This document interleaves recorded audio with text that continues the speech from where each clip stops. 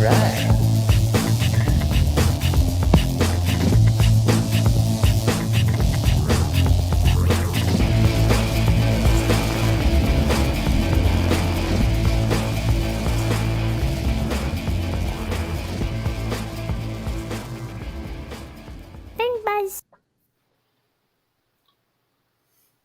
That's right, party people in the place to be. Welcome back to an all-new episode of Pink Buzz. I'm your host, Stu Ball, and joining us this wonderful evening, we have the one, the only, the Steve Urena, the creator of Slowpokes and Zombie Date Night, and we're going to get into all of that with him. But the rest of the panel, go ahead and introduce yourselves really quick.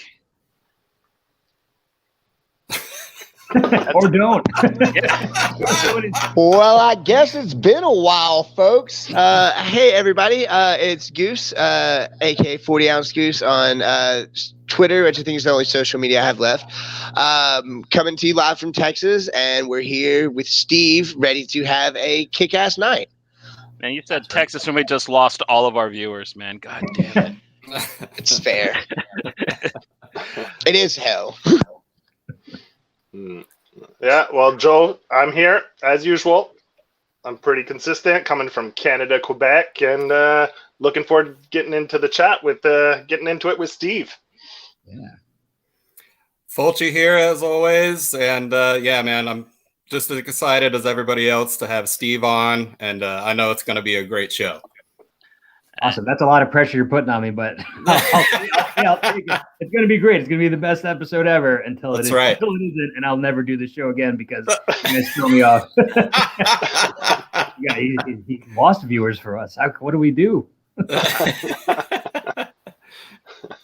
Our boy Chad is also in the chat, so what's up, Chad? How's it going, Chad?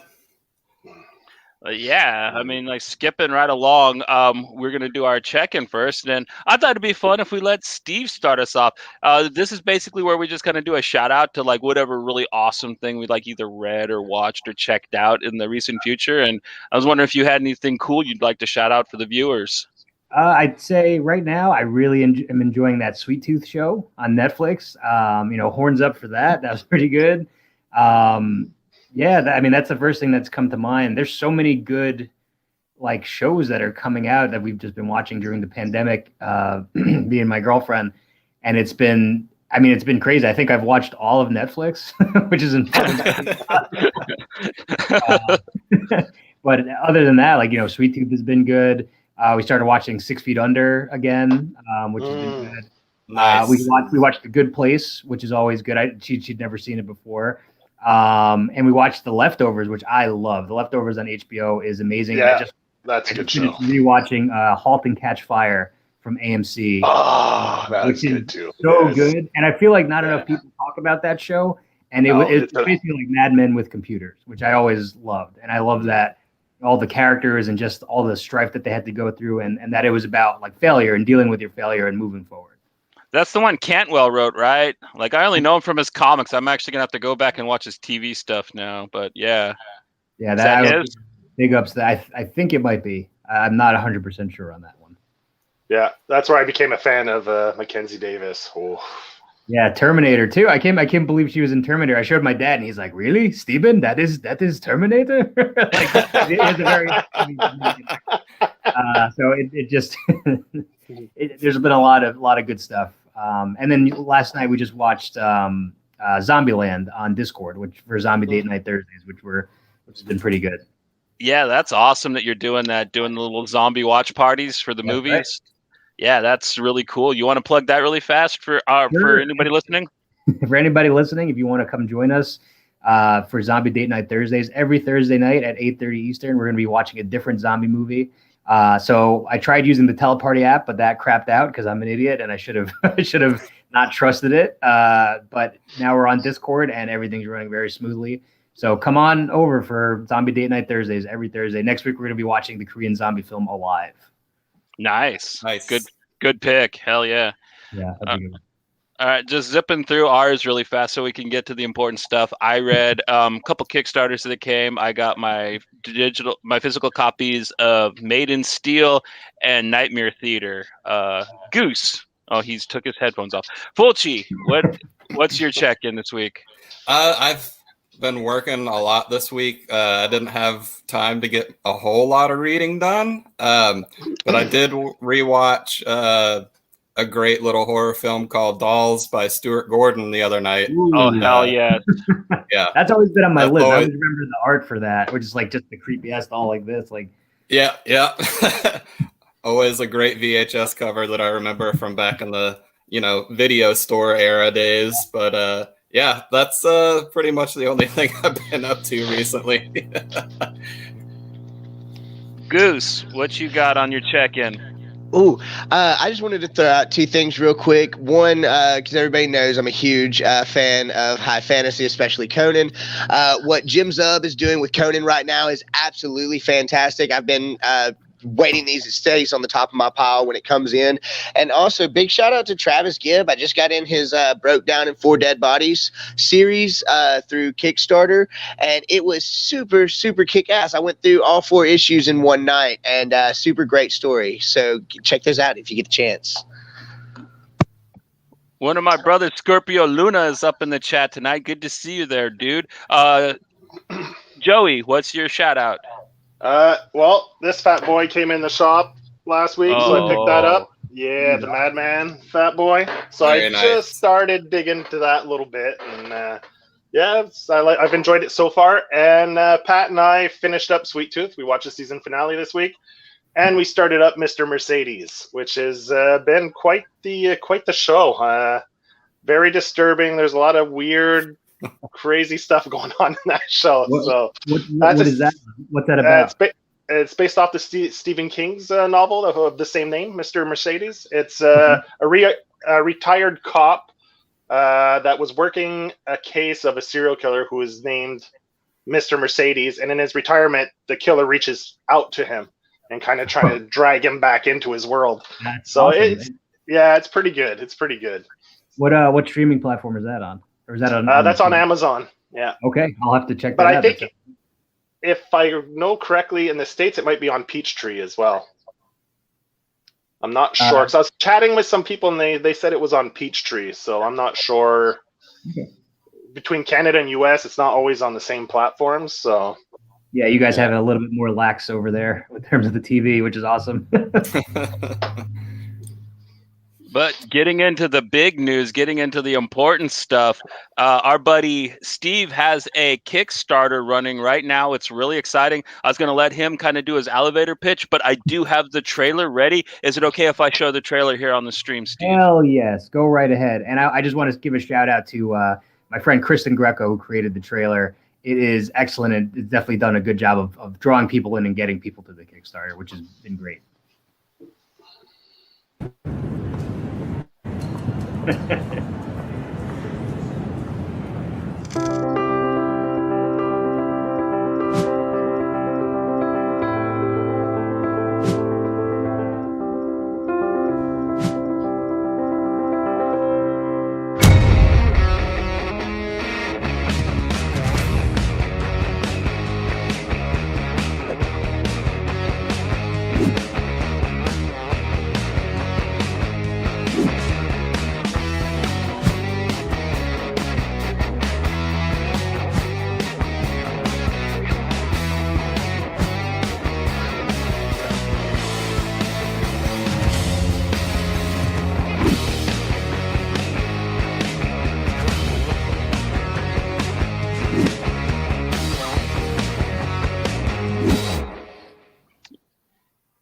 Yeah, that's what I'm talking about, man.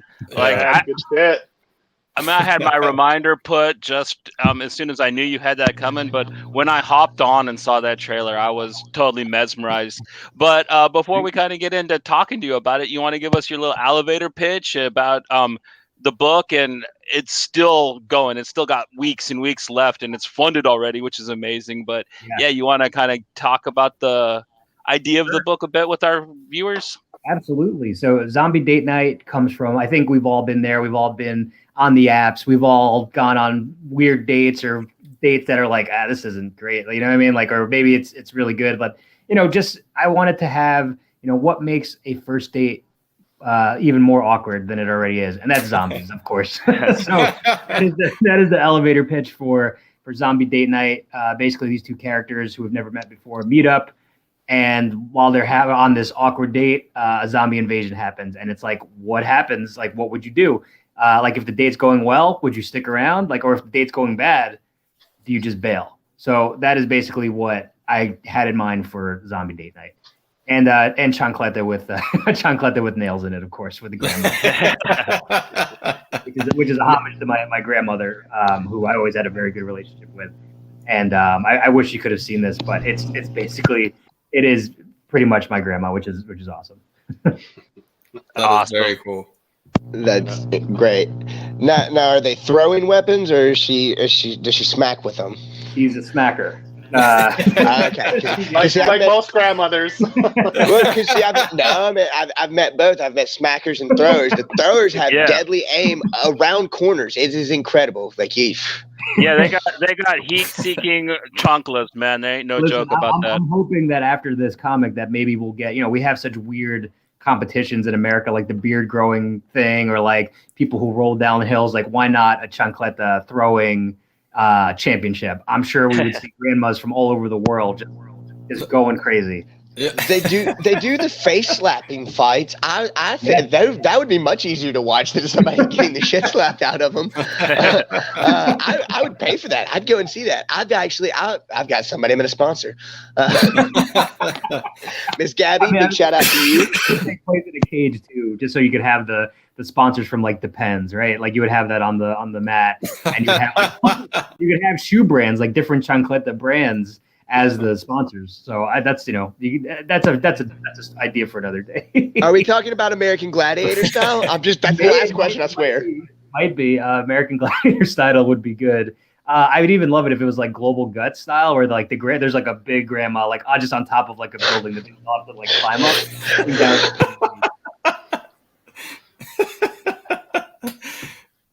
He's like, the greatest thing I've ever heard. So Fox or whoever, if you're listening, please reach out. Executive producers. Yes.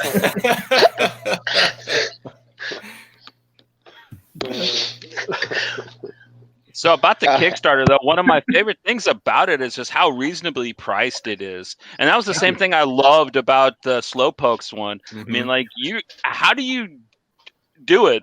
Like, asking so little for your books, man. Just wondering. I don't want to rip anybody off. Like, I feel like in the comic industry today, like, to see something that's like 22 pages be like $10 or like, this exorbitant amount of money. It's just like I feel like that's ripping people off. So I want to be able to give people like a good experience and not feel like it hurts their wallet. Also, if they don't like the book, they're not like, I lost $10. You know what I mean? It's just like, all right.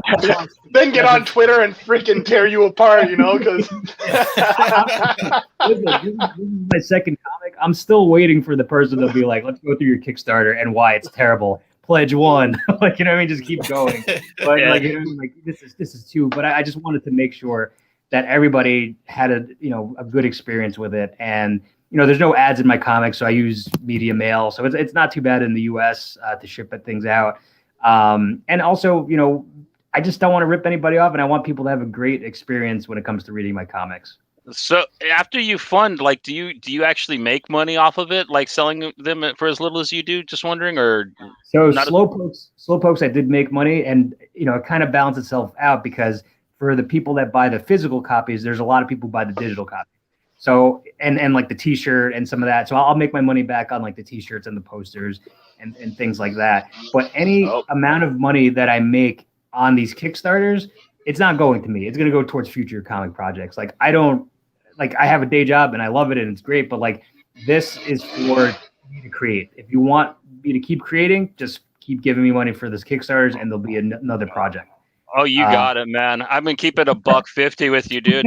Like I legit paid $25 for a single issue of a Kickstarter comic. I'd pay $25 for Slowpokes, to tell you the truth, if that's how much you wanted for it. To tell you, I have not had that much fun reading a single issue comic in a long time, man. Well, that's the best thing about it too. Is it's a one shot too. Like was so great that you're able to put so much story into a one shot. That's why I'm really excited for Zombie Date Night too, because it's hard to do. Like I've seen a lot of people struggle, you know what I mean, trying to actually tell a full story in a one issue. And I didn't feel like anything was rushed or anything. I thought that you actually just made a beautifully paced, hilarious, touching in parts, nice little gore fest, man. It was beautiful. Well, I love it. Thank you so much. I mean, and thank you to everybody who just read it, because like for me, this is my first comic, and to know that people read it and had such a good time, and I'm getting such a positive response to it, is just it makes everything so much worth it, and it makes me want to work even harder for everybody reading, because it's like for the next one, I want to make it even more fun, or like I want to do what I can do to make sure I keep that ride going. So thank you for such kind words, and thank you guys for just supporting and being so kind to me. You got any plans for what comes next? Just wondering. I can talk with you guys offline about it, but okay.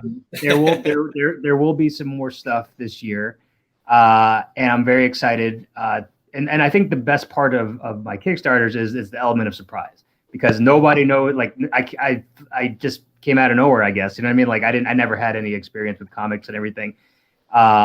So I think that helps, because people are like waiting, like, what are you going to do next? Like, what is this going to happen? Because I felt like a lot of people were expecting Slowpokes 2 instead of Zombie Date Night.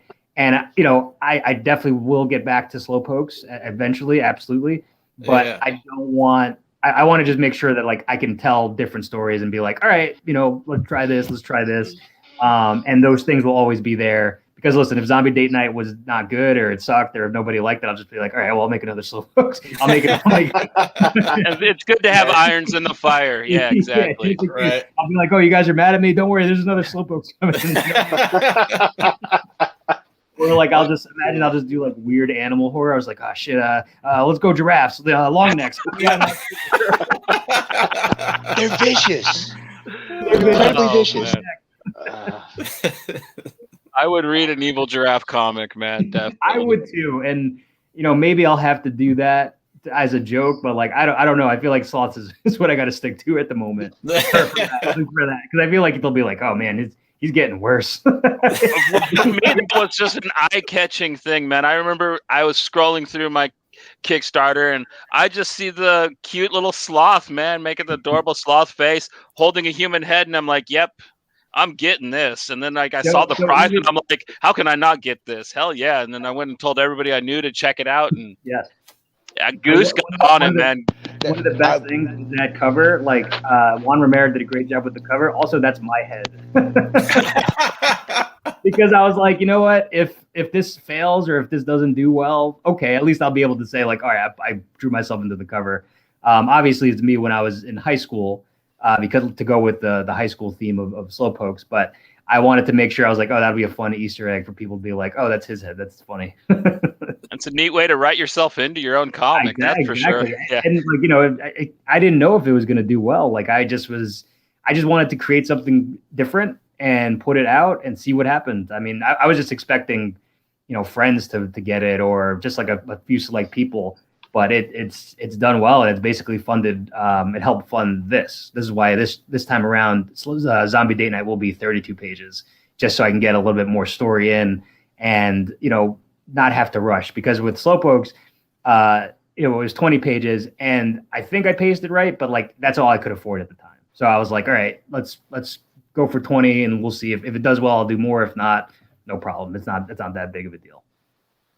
It was definitely paced correctly. Yeah, perfect. Yeah. Well, it's called Slowpokes. I got to do it. I just want to resonate with what Johnny said. Like he sent me the Kickstarter link, and I clicked on it. And the first thing I said was, "Oh my god, I love this!" And then I started to read it, and then I went, "Okay." I was like, "Yeah, no." I backed immediately, and I saw that there was a shirt, and I was like, "Yes, I'm getting this shirt." I loved it. I was like, you know, I hadn't heard of you before or anything. Johnny sent it to me, and usually he doesn't fail me. And I saw it, and I was like, "Okay, well, was like, at least if I don't enjoy the comic, I get a really badass shirt out of it. Yeah. And then I get a really badass shirt. And it's good to know that that's your head, but I get a really badass shirt. And then I get one of my favorite comics. I can't tell you how many times I've like read and reread it. And wow. I show it off. Every time I've got the shirt on and people ask about my shirt, I'm like, oh my God, like, no, I've got to show you this. You're going to love it.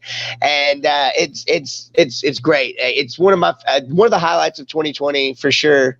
That means a lot. But that means the bar is low for 2020. Actually, 2020 is when all the best Kickstarters came out. I begged it. There was a lot of great. So many good comics in general, but especially from Kickstarter. But I will have to agree with Goose, man. Yours is way up on a list, man. And not just that, like I'm more blown away now knowing that was like your first book, because I felt it was done very professionally. The timing, the pacing, it was a single issue, but it's one that is infinitely enjoyable. And every time you read it, you see something else, whether it be a head that you didn't notice before, or some kind of inside joke or joke kind of hidden off in the background. And the whole thing was just glorious. One of my favorite things is the snikt, the adding in of the Wolverine snikt to it. And well, not just that, like after the Slowpokes came through and all that, my best friend, him and his wife brought a gift for my son. My son just turned 1, but they brought a gift for him when he was around 8 or 9 months old. First time they got to meet him, and she had bought him this really cute, furry, soft sloth. And all I could think was, keep my eye on that motherfucker for sure. Any movements, I'm taking him out. This is no child's play in this house, son. I'm none. That's fantastic. Well, the thing with the sloths, like, just everybody now sends me sloths. Like, you know what I mean? Like family members and cousins and people, like friends on Facebook, are like, now they can't get that out of their head, that means I did my job, which is awesome. Right. Well, the strong part of the book is we live in a total nostalgic age. People love all that nostalgia stuff. Yeah. But you, and with your book, Slowpokes, you were able to perfectly capture that kind of whimsical monster movie, like something like Gremlins or Critters, something like Joe Dante would have did perfectly in this book, without even actually trying to make it a nostalgia bait thing. I mean, it's representative of a more modern time, I would think, and I love that about it, because you weren't even really trying to nostalgia bait people, but you did the best probably nostalgia bait book I've seen. Thank you very much. Well, I also can't, yes, I wrote it, but like Juan Romero did such a great fucking job with the art. Like, yes. I cannot, like, there's this discourse is like, oh, who's better, writers and artists? It's like, no, I cannot be, writing Slowpokes without an artist. Like, I can't draw. Like, I don't know what I'm doing. Like, these guys bring it to life and they make it so great. And Juan Romero did such a good job. Sean Reithart did such a good job with the lettering. Like, it's just, I couldn't have done it without them. And like, I cannot give, I'll get credit for Slowpokes, whatever. They deserve the credit.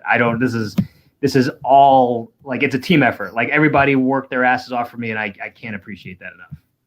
Like I said, it was so well done. It was so I didn't know until this evening that it was your first book, and you and your team did a hell of a job. That's a strong first effort. You're batting 1,000. Not to like psych you up, but no. Hey, as soon as I saw you were doing another Kickstarter, it's backed, and for the most part, that'll continue, unless you like punch my grandma, which I don't think will happen. Yeah, well, I mean, it's a fair fight if you hit her with the chancleta, but like, you can't punch her. Like, you can't hit a woman. Like, hit her with a parked car. I'm sorry? I said hit her with a parked car. I remember in college, somebody punched a tree and like broke their hand. And I was like, why'd you punch that tree? He's like, it called me a bitch. You went to college with Steve? That's amazing. He was drunk. No, I didn't go to college with Steve, but Jesus, we'll get into it later on. I had a crazy roommate. Yeah. All I'll say is like, I had a crazy roommate, and he was from he's from one of the like Czech nations. Shit, the one that stole Liam Neeson's daughter in Taken, because he hated Liam Neeson. Fuck. Albanian. He was Albanian as shit. Wow. He was Albanian, and dude, he was scary. But we'll get into that later. We're talking about comics. Yeah. Joey, I know you had some interesting things you kind of wanted to ask Steve about. Yeah, well, when I knew you were coming on the show, I went and did some online stalking. And, so I went on your Instagram and taking a scroll down. And I caught a picture of you with your girlfriend. Yes. And the kung fu character and the courting of this book, I was like, is it you and her? Was it like you wrote that in, like the way you were trying to woo her, and she was like, she's the one who came and got you in the end? And I get that you're kind of, the Charity character is definitely, some of it is based on her. There's more of an influence of her probably in Zombie Date Night because she's the editor. Okay. For the next one. Shit. Okay, nice. For Zombie Date Night, because I was like, you know what, this would be funny if it was. Well, she could write too, and she's very good with words. But it was like, you know what? Why don't we do this together as a couple? Like, because it makes sense with the theme of Zombie Date Night. We'll work it out, and also I'm going to do a podcast with her. Which is one of the Kickstarter tiers, where we're just going to go over Zombie Date Night, and she's going to just tell you how many shitty ideas I had, and how to make them better, which is 100% true. But just she was definitely part of it. I love just strong women and strong women in my life. I want to make sure that I have in my characters are just strong women and can hold their own and kick some ass. Yeah, I can respect that for sure. And like, I felt this book was like more of a romantic comedy, and it just happened to have killer sloths that show up, you know? And I dug it, man. Like, I enjoyed every page, and I was just wondering if maybe in the future you're thinking of doing maybe no horror, like just a straight up kind of romantic book, you know, like kind of in, because it had a lot of charm. It made me think a little bit of like the feel of it was kind of like a Terry Moore book. Like the characters had a lot of charm to them and really good personalities, and you know, it just made me smile. Like after I was done reading it, just like, yeah, man, this was know that, to hear that means that it's like, if I died tomorrow, just to hear that stuff, it's like I did what I needed to do on this. Yeah, with their quirky little personalities and traits, you know, it was great. Like I loved it. Please don't die tomorrow. Zombie Date Night never comes out. Well, listen, if anything happens, I'll make sure my girlfriend puts it out.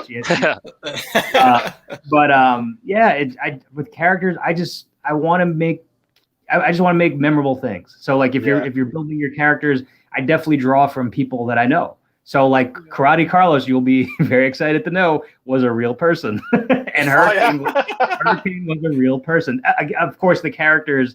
The names were real people, but the characters are like kind of them, kind of not. Like a little bit of everybody. Yeah. But like I think everybody has a Karate Carlos that went to their school that's just like super into anime, like super into kung fu, but they're not good at it. Like they're okay, they have their hearts in the right place, but they're clearly like they're holding Dragon Balls and like giving it to people. You know what I mean? Like that's one, and like Hurricane, there was a kid who believed, like he always wanted to be bigger than he was, which is fine.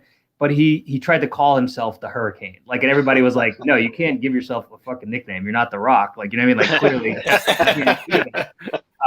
So it's just, I just want to make sure that the characters seem real or seem like somebody you would know. Same thing with Zombie Date Night. Like these characters, I'm like, all right, I want to make sure that people are like, oh, I know somebody like that. Or like, that makes sense that this goes here. So, I love character building. Yeah, and definitely the scene where they go onto the Gravitron, because I come from a small town. We always have that traveling fair that comes in, and the Gravitron was always that one super popular ride. So when they go inside the Gravitron, I'm like, oh shit, man! Like this is. I come from middle of nowhere, New Jersey, a town called Flanders, and I mean, it even sounds like there's nobody in it, but like, you know, there was always like that traveling carnival that would come in, and like the Gravitron was the ride. Like you would go in the ride, and the Himalayan, which I know it's like you go backwards, you go forwards, and just like I was like, oh, I got to do that. Also, with Slowpokes, that the amusement park like thing where they go in there for like the night, that was a real thing that happened to me in high school. Like when I graduated high school, instead of just everybody leaving, they were like, all right, everybody's going to go to this like gaming / carnival thing, and you're going to be there all night. Like you would think that it would end at noon, or not noon, end at midnight or something like that. No, it was all night. You were there, so like it was fun until like 2 a.m. Everybody was like, all right, we want to go to sleep. Like we don't want to stay here, but like you couldn't go because you would be bussed in. So I was like, oh, that would be a perfect backdrop for Slowpokes, because I was like, there's no way out. There's no way out of this thing. Yeah, it was awesome. I love that part. It definitely hit close to home. Yeah. Yeah. So what's your guys' favorite carnival ride? We have one that was called the Zipper. Yeah, that's it's like you sit two, and it's kind of you sit upright, and it's got 3 arms, and it spins in circles, and the cart you're in spins in circles as well. So it's definitely a lot of people puke on that one. So yeah. It's a test of wills for sure.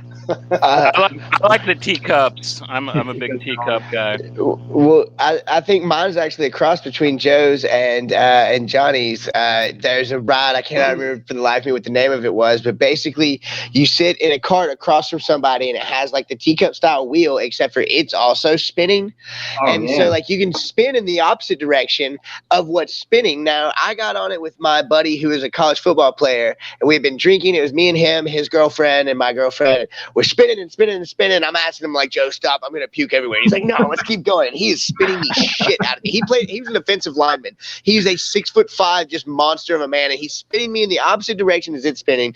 The ride finally stops. I take 2 steps off the ride. I throw everything up. And this like one-tooth meth-headed carny comes walking by and goes, ha ha, another day at the carnival, brother. And just kept on walking like some kind of magical meth fairy, snapping his fingers and ringing bells and shit.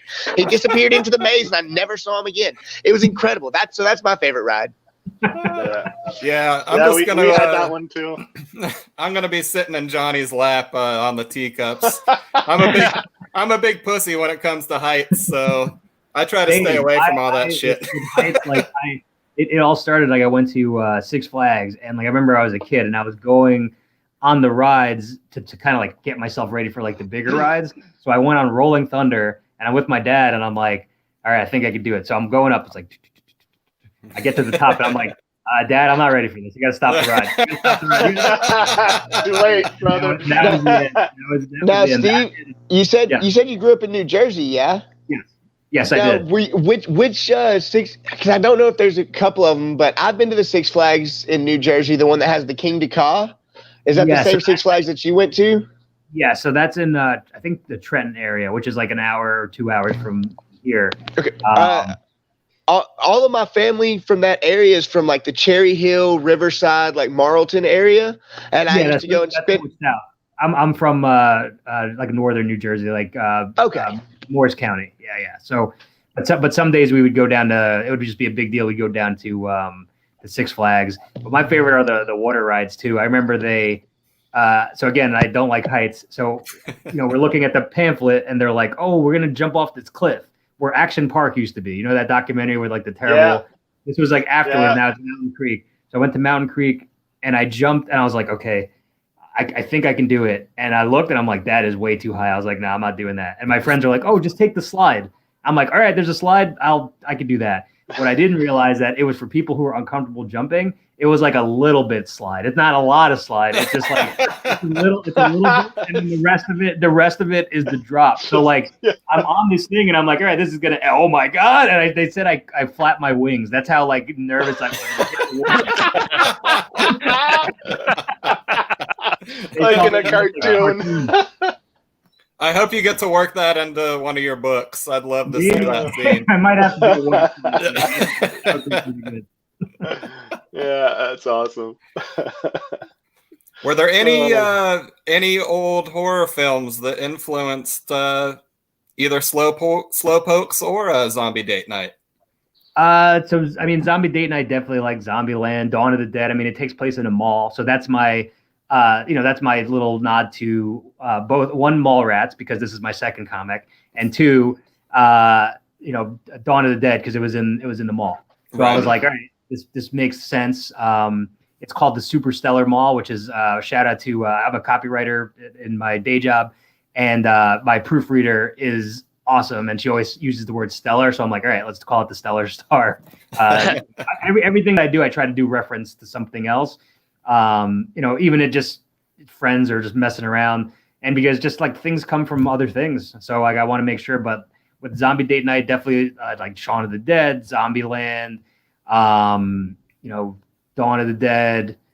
There's so many to name, but then like Slowpokes, like definitely like Critters, like Gremlin, just those creature movies of like there's this thing walking around and it's smaller than everybody and it looks like you could fuck it up, but it can fuck you up. Like I've always loved that. Like Child's Play, I always loved Child's Play, and it's just that I hold dear to my heart because that's like the first horror movie that scared the shit out of me because I was like, wait, the toys could come alive. Like I was a kid, and like you would go to bed and you would see the toys and like say like the wind would knock an action figure over or something like that, and it would fall on the ground. Like you put those covers like right over your head, like as if that was gonna protect you from being killed by a toy. Yeah. Chucky terrified me as a child. I remember my grandparents lived in North Carolina, and we'd go visit them for the summers. And there was this mom and pop video store that had like a fudge shop, like kind of on the side of it too. So I don't know, it's probably anywhere between 1990 and 1992. So I was still pretty small. Yeah. And I'm all happy. I get to get my video and I'm eating fudge, and I turn the corner and I see the card, like one of those full cardboard cutout displays of Chucky. And I dropped my fudge and immediately just pissed my pants right in the middle of the store. So yeah, anything Child's Play will always have a special place in my heart and my bladder. So two different kind of ways, man. Drop your fudge. Yeah. It's crazy. It's crazy that y'all bring up Child's Play as being terrifying. But like by the time that like I was coming around, and I remember seeing like The Bride of Chucky. That was one of the first Chucky movies that I ever saw, and it was kind of like a joke at that point. But the first movie I remember scaring the piss out of me was my dad like showed me House of a Thousand Corpses like the week it came out. And that's 2001, and so I'm like 7, and like I just remember that movie terrifying me so bad that like I didn't watch it for another like 20, like almost 20 years. Like, that movie scared the shit out of me. But like, I don't know, what is your favorite horror movie? Is it Child's Play? That's a tough one. Like I feel like it depends on the movie, because like I think I love all the slasher movies. Like I love Friday the 13th, and I love Nightmare on Elm Street, and I love, Halloween. I mean, Child's Play definitely holds a very good place in my heart, because like I've seen them all. The thing with Child's Play, I always wish, like I know they did the reboot recently of Child's Play, and I thought that they were going to finally have him like possess the kid. Like, you know what I mean? Like why not? Like, you know what I mean? Why do the same thing twice? Like, why not do like he finally possesses the kid and now he's the child, and everybody's like, is he possessed? Is he not possessed by Chucky? Right. But I love the slasher movies. The one movie that scares the fuck out of me every time, I would have to say Final Destination, the series, like, because that seems like I'm very clumsy, so that I just feel like that's gonna happen. I feel like I'm gonna knock shit over in the house, and like something's gonna fall. Or are you gonna get hit by the car at Final Destination? Right. I think about the log scene. Every time I get behind the wheel of my car. Every time I get behind a truck with logs, I look down, there's a water bottle in my floorboard. I just start pissing myself. I say, fuck it, I pull over. I don't go no more. I just stop, bro. Like I look over, I see a weird shadow, I'm just, nope, fuck that. Yeah. But mine is the woman who stabs herself to death in the kitchen, and then Alex gets blamed for the shit in the first movie. That's me. I'm the dude who stabs himself and blames my wife for it. Death is going to have the easiest time with you, Goose.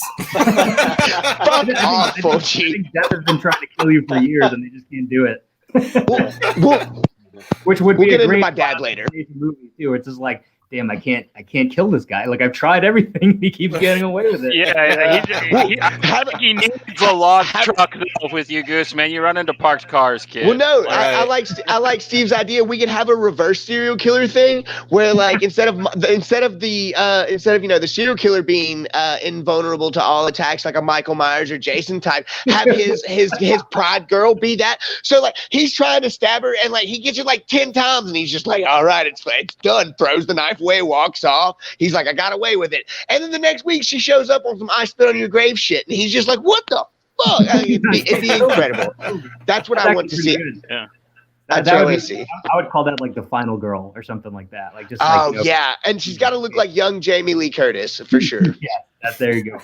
But okay, so we're talking about Final Destination. What would be your Final Destination death? Like if we were writing Final Destination, what would be your big death scene that you would do? Ooh. I'd have my cats accidentally kill me in a way. That would be the perfect disc. They do it too. Like do it too. It's funny. That's so funny. They do it too. They're waiting for it. They're waiting for the moment. I think out in the field, getting down with my lady, just getting struck by lightning, and we both die. I think that's the way I'd go down.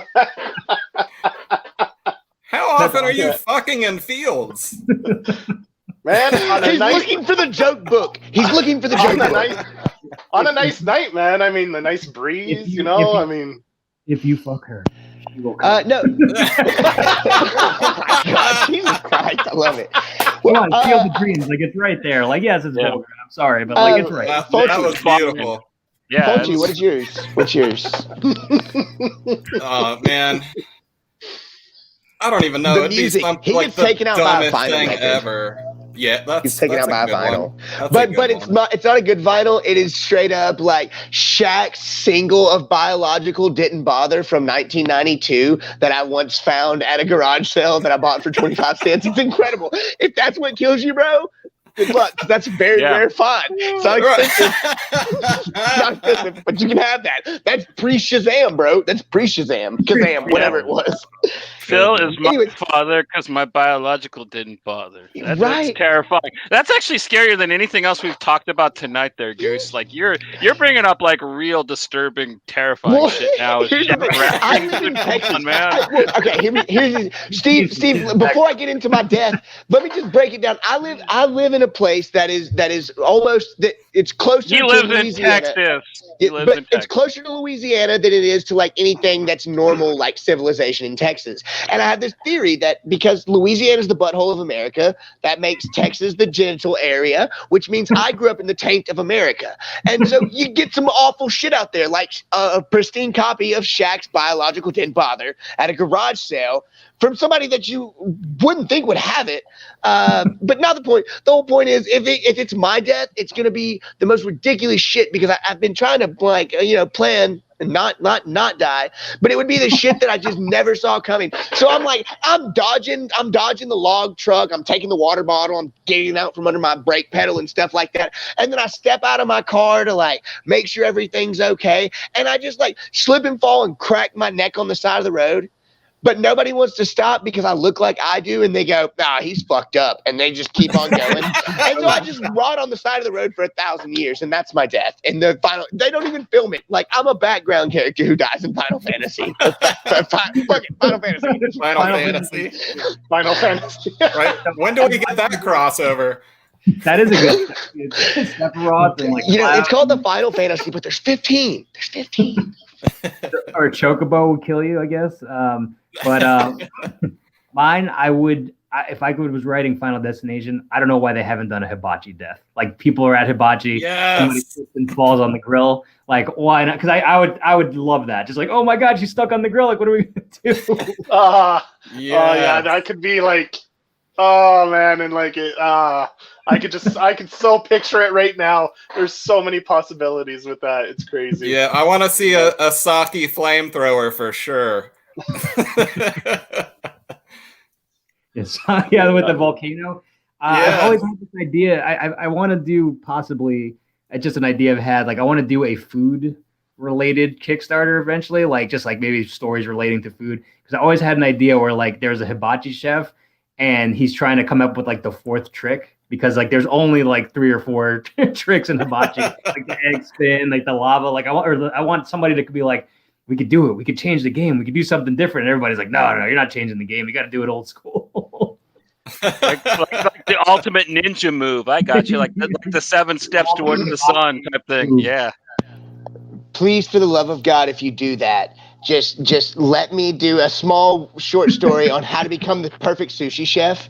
Because when I worked at my sushi restaurant, I was talking to this guy from Japan who's a sushi chef, and I asked him, how did you become so good? How can I get your job? And he tells me, you want to be a sushi chef? And I said, yeah. He goes, take this knife, and he hands me his sharpest knife. So yeah, and he goes, now cut your finger 250 times. And I went, why? And he goes, because after that, you won't want to cut yourself anymore. And then you can start your training. And I went, fuck that. And so like I would like to, like, holy moly. That's amazing. Hey, I've got some more stories about that guy that we'll do off camera because you'll love him. He's great. I think you got stories to have your own comic book at this point. Like I'm just writing it down. I'm just like, this is amazing. Like But I mean, even your name is awesome. Like 40-ounce goose. Like that just reminds me of like the characters like in my small town. Like there's a guy who just wore a sombrero and would walk around town. And then in Connecticut, where I live now, there's a guy that just walks backwards. Like that's his gimmick. Like he just walks around. You're talking about Pearl Snap. You're talking about old Pearl Snap. The dude that he'll dance for 50 cents down at the Brookshires, bro. That's Pearl Snap. Like everybody has that. Everybody has one guy in their small town that just does like that. He's just a regular. You know, he's just a regular guy. Like Pearl Snap, break it down. Yeah, I got you. That's just an amazing name. Pearl Snap. Yeah, it sounds like a 90s band that never happened. Like right? Pearl Snap. Yeah. Oh man, did you see the Pearl Snap show last night? So I was a writing major in college, and like I always wrote goofy stuff, like wrote goofy stories, goofy things to make myself laugh. But a lot of the other writing majors were like, they would always wear plaid. They would take themselves very seriously. They would always just try to be something that they weren't sometimes. So I would go to parties, these creative writing parties sometimes. And like, I'm sure they hated when I came there, but I would pretend that there was a band. Like whenever they talk about these obscure indie bands, I would make up obscure indie bands. I'd be like, yeah. I'd be like, did you hear about Red Light, Green Light? I was like, their last album was sick. They're like, yeah, I think I've heard of that. Like, I think I've heard of that. And then I'd be like, no, you didn't, because I just made it up. Their first album is so much better than their first album was, man. You don't even know. Mainstream. Yeah. I was there from day one, bro. Like what are you talking about? I love Pajama Junkie, bro. I love Pajama Junkie. They're my favorite band. Yeah, my favorite title is Hobo Musical, because I'm like, that sounds like it could be like a punk, like ska type of band. Like, so if you want to play that game with other people, be like, yeah, Hobo Musical. They're on their 3rd album now. They're really trying to hit their stride. Really coming into their own. It's funny because we actually, if there was actually a band called that, I'm gonna look up like later on and see if there might actually be a punk band called Hobo Musical, because that sounds legit, dude. Like you're gonna go see like a Motion City Soundtrack and like Streetlight Manifesto and Hobo Soundtrack or Hobo the Musical and shit. Like yeah, like it fits right there. Funny enough about Motion City Soundtrack, that was my last concert I went to. They did a reunion tour, and so I went down to Philly, and that was like maybe 2 or 3 weeks before COVID. And I'm like, man, that was the last concert I saw. That's crazy. I go to concerts every weekend. No, before this all went down, me and my best friend decided we were going to go and see the Rage Against the Machine reunion tour because they were doing their first show in Texas, in El Paso, with Run the Jewels. I've seen them twice now. This was going to be my 3rd time. My buddy's never seen them. He loves Rage. Me and him have like best friends since grade school. I bought tickets to the show that I told him about. As soon as the tickets went on sale, I think I got I was like 200th in line to get them. I got us really, really good seats. We were so fucking pumped. And then he's like, it was a week or 2 before the concert, and they finally sent out the thing that was like, yo, we're gonna have to shut the show down. And like we had our hotel room. We were traveling 12 hours to go and see their first show in 11 years, plus like Run the Jewels. And fucking like then they put it off this year. We still got our tickets, and like we're gonna see him next year, bro. It's gonna happen. Fucking knocking on wood, it's gonna happen. I actually just landed some tickets, man. I'm gonna go see Dropkick Murphys and Rancid at the zoo, man. Awesome. That's gonna be awesome. Yeah, the Bronx are gonna be playing with them too. That's gonna be a gangster show. So Parallel Lives, like I had tickets for Run the Jewels and Rage Against the Machine at the Garden, and they did the same thing. But I just feel like things are so predictable right now. They're like, oh, we're moving it to next year. So I was like, I'll just give up the tickets. And then when it gets closer to the show, if everything's a little bit better, then be like, oh, we'll definitely go to that. But like, I love like Rage Against the Machine. I love Run the Jewels is great. I feel like in this day and age, you're not a cool trailer unless you don't have a Run the Jewels song in it. Like you always hear that song. They did Venom. They did Venom. Yes, they did Venom. Or not Eminem song too, but they did Venom. They did Cyberpunk 2077, which that's the best thing about it. Oh, Johnny's gone. No, well, that's the I think the next show that I'm gonna go see, me and Dakota are still debating it, but I think we're gonna go and see fucking Bowling for Soup for like $20. Nice. We've seen them a couple of times. Like we saw them at the very last Warped Tour with Real Big Fish. Real Big Fish went fucking ham. There's like 15 dudes on stage. You don't know what anybody is fucking doing. Like it's a dude, he's in fucking checkerboard and he's fucking just raging out on the goddamn trumpet. And you see him later on and he signs your fucking shirt and he was a cool dude. He had a mohawk. He was still wearing a suit in Texas weather and I fucking salute him for that. Because that shit, it was so hot that day I almost passed out. That's awesome. I feel like you could have a different podcast just talking about the concerts we've been to and like the musical experiences. Because I feel like all of us. Well, we have another Buzz Bites where we talk about music and stuff like that. If ever you want to come on, man, we just covered Punkorama. We just covered Punkorama Volume 1 and 2. So that's a question I want to ask you now, because some people on this podcast prefer Punkorama Volume 2, but I prefer Punkorama Volume 1. So I don't know if you've listened to those. Have you listened to the Epitaph compilations of the Punkoramas? I got to see the track list, and but I love growing up in New Jersey, like the punk, like it was. I always loved rap music. Like rap music is my thing. But like to make friends in the high school I went to, I had to like to hang out with people that liked like Fall Out Boy and My Chemical Romance and Motion City Soundtrack. Steve, how old are you? I am 32. Just turned 32 on June. Okay, so you're a few years ahead of me, but because you were saying those bands, like those are the bands that I grew up with as well, and like I didn't think you wouldn't hear Johnny talk about Fall Out Boy unless he was talking about a list of bands that he wasn't too big a fan of. I enjoy Fall Out Boy. I like what the fuck the singer's saying, man. Fall Out Boy's hilarious because I have no idea what the lead singer's actually saying. You're from New Jersey. They make great emo music, and this is about the only time I'm allowed to bring this up on Johnny's podcast. What are your thoughts on Say Anything? What are your thoughts on Say Anything? I do like that's Say good. Anything. I like Fuck that. Yeah. I like that. I'm not Goose. but I like that song, which is really fucked up because it's about killing little girls. But like, like I kill little girls. I was listening to that earlier. I literally pulled that up to listen to get me through my last hour of work. I put on "It's a Metaphor, You Fool," and that's what I started it with. I kill little girls. And the worst part is like I kept on thinking, like, damn, I know so many of my friends who have little girls now. I shouldn't be listening to this. You know what? Johnny gives me shit all the time. The only reason I'm with my wife now is because of goddamn, what's his name? The lead singer. I was supposed to go and see his 2-night show that had him playing Is a Real Boy in Defense of the Genre, part 1 for the first night, and the second night, part 2, and then their Say Anything self-titled album. He got laryngitis 2 nights before the show, and I missed it.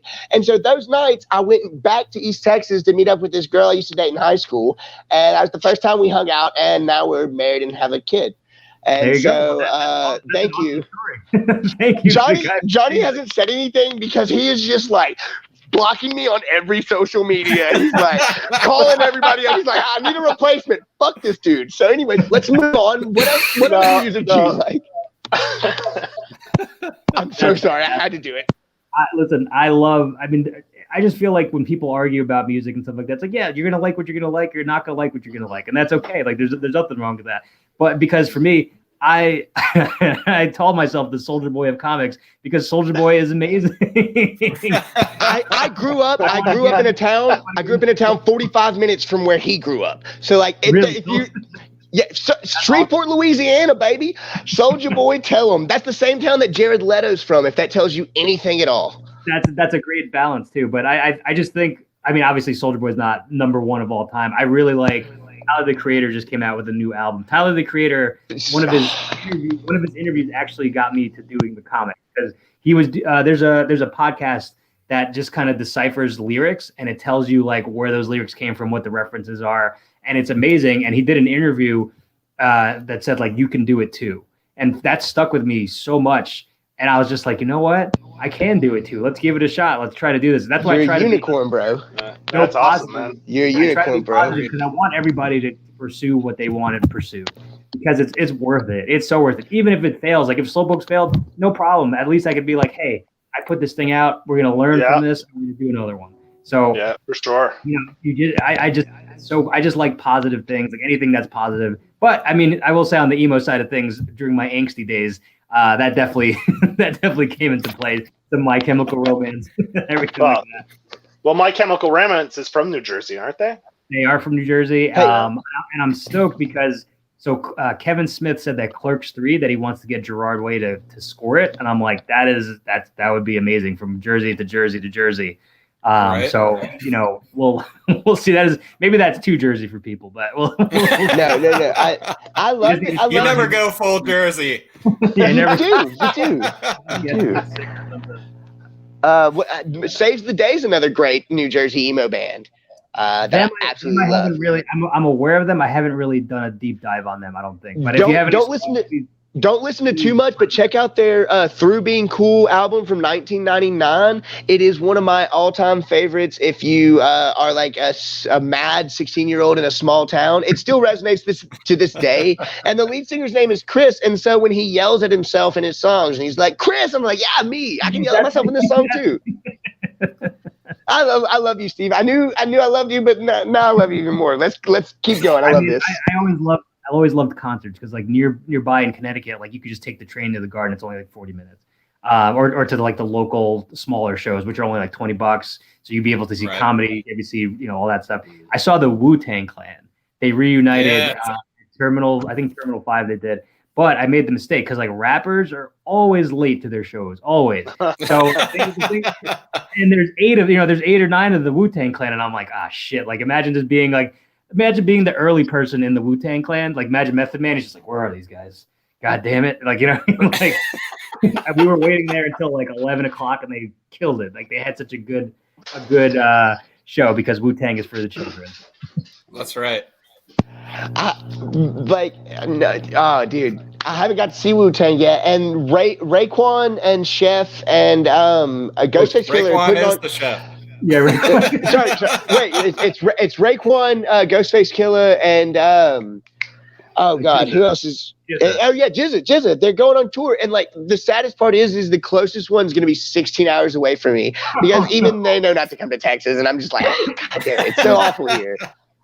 The one concert I saw recently, like on that popped up on like what's coming up, is there was like a Limp Bizkit pop-up party. I was like, if there's any place to get COVID, you're gonna get it there. Oh man, dude! If you don't leave with COVID, you're getting something. Right. Probably. That sounds like that's a safe I don't bet. know. I love Limp the Bizkit Smash too. Mouth concerts. Yes. You can get it at the Smash Mouth concerts, Yes. which is sad, because I'd love to see them play Fu Manchu, because that's Fu Shang, their first album. It was fucking killer. Like they had Pedreno. That's a little racist, but it's a good song. And it's racially insensitive now towards Italians, unfortunately. I love some indie bands too. Waves, I'm a huge fan of them. They're like a surf rock band out of California. Sleigh Bells, I love. Cults. Nice. Yes. I just love them, and like it just pains me to see that they're not bigger. Also Atmosphere. I don't know if you remember him. Like he used to be on the Tony Hawk soundtrack. Atmosphere was my dude. Like I loved his rap, and I just feel like it's not so much a rap thing. It's more like a blues rap. Like, you know what I mean? He's not rapping about cars, and he's rapping about heartbreak, and he's more lyrical, and it's awesome. Oh, you're You're laughing. You're laughing. But I literally, I don't know if you can see it, but I was listening to the Overcast album earlier this week. Sound is Vibration was what put me back onto the Overcast album, and Atmosphere is really killing it. I like that. I like that a lot. We might all have to add each other on Spotify just to make. Dude, no, I've got playlists out the ass for you, Steve. You're gonna love it. Awesome, I love it. We're gonna do that. That sounds great. Yeah, man. I grew up in South Florida with Ryan wasn't an original member, but the dudes that are in Sleigh Bells, their band Poison the Well. Yes. I grew up with those dudes in South Florida, that's awesome. So that's really cool. Sleigh Bells is one of my favorite bands of all time, and I'm like, how could I feel like I'm not big, but I feel like I'm big enough to be like, hey, would you guys do a song about the Killer Sloths? I feel like it would be. I would listen to that in a heartbeat. Yeah, it would just be like, it would just be loud and I just wanted to eviscerate you. Music is awesome. I mean, for the Slowpokes song, I made sure to have music involved because I was like, I want to make sure that there's a mood, that there's a feeling, that there's something that you can be like, oh, I love the comic, I love the song, I love the poster. Just make sure that there's a mood for every single thing that I can do. Do you have a playlist for what music you listen to while making this book or something? Or you should post a playlist up somewhere for people to. That's actually pretty good. With Slowpokes, I definitely wanted Thriller, right? Thriller, Somebody's Watching Me, something like that. Where it's because I feel like those are lost. There's not as many songs that are like that sound like that anymore. Right. So I just wanted to make sure. So I paired up with a friend of mine. His name is Blake Rains, and he's done stuff with Sony, and he has a studio in his house. And I was like, oh, I would love to do a song with you. Let's write it together. He wrote 80% of it. I wrote a little bit of it, and he just knocked it out of the park. Because at first I was like, all right, he doesn't have to put in the work. He could just do whatever he wants to do, and it's fine. It's just me and him just messing around. But he embedded stuff. He put the instrumentals. He made sure there was he just did such a great job with it. But the funniest thing about that is for the song, I told him, I was like, hey, can you put a sloth noise at the end, or put a sloth noise in it? He thought I meant put a sloth sound throughout the song. So he mixed it in. There's an early stage of it where it's just E, I kept going E over and over and over again. I'm like, no, I just meant at the end Thriller. And he's like, oh, that's funny. But I could see him 3 in the morning, motherfucker, sloth noise.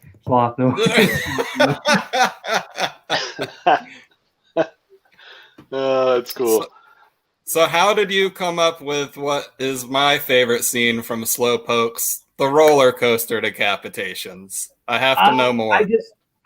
So I was going through again with the Gravitron. I knew the Gravitron was going to be in there, and I was like, well, you could do some more things with the rides because I feel like that's visually interesting. If you have if you're in a ride, which is also thrilling and scary, and then there's something that kills you while you're on this ride, that's a double what the fuck. So and I always thought that thing where picture, right? When you go on the ride and they take the picture of you, and they'll always do something where somebody gets fucked up or something in horror movies. And I was like, oh, what if the sloths, if you were taking your picture, you're decapitated? How dare that go in and decapitates everybody in one full swoop?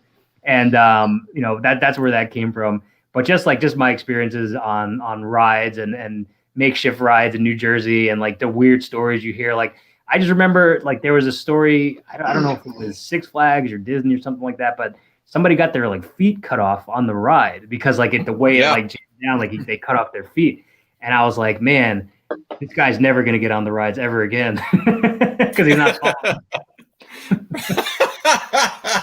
So Zombie Date Night is 30 pages. 32. Slowpokes 32. Slowpokes was 20, you said? Yes, 20 pages. So I'm expecting the decapitation count to be a lot higher in Zombie. I would say the zombie death count is fairly high. There's a lot of stuff going on. There's Chancleta. Yeah. There's a character with a chainsaw leg. Shit. Yeah. That sounds pretty promising. Now. Is that not Death Proof? Is that a Planet Terror reference? No, she had the machine gun leg. Yeah, Planet Terror and Evil Dead, because like Evil Dead, they use the chainsaw arm. So everything comes from something else, and I think it fits with the story. And there's just a lot going on. I just want to make sure, like, if you're reading my stuff, I want you to have fun and be like, oh, that has to come from this, or like this has to come from this, or like this is a joke from this. And then, like I put as many inside jokes as I can. But for sure, I love that shit. Yeah, I appreciate that a lot.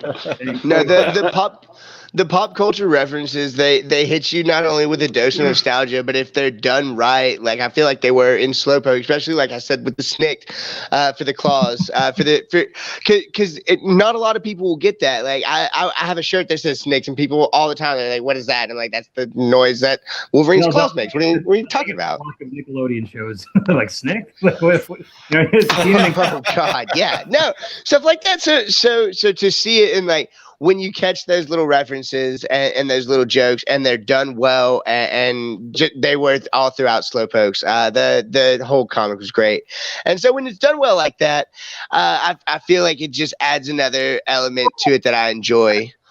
And so I'm super excited for Zombie Date Night to see, like you said, they've got there's a chainsaw leg, and so.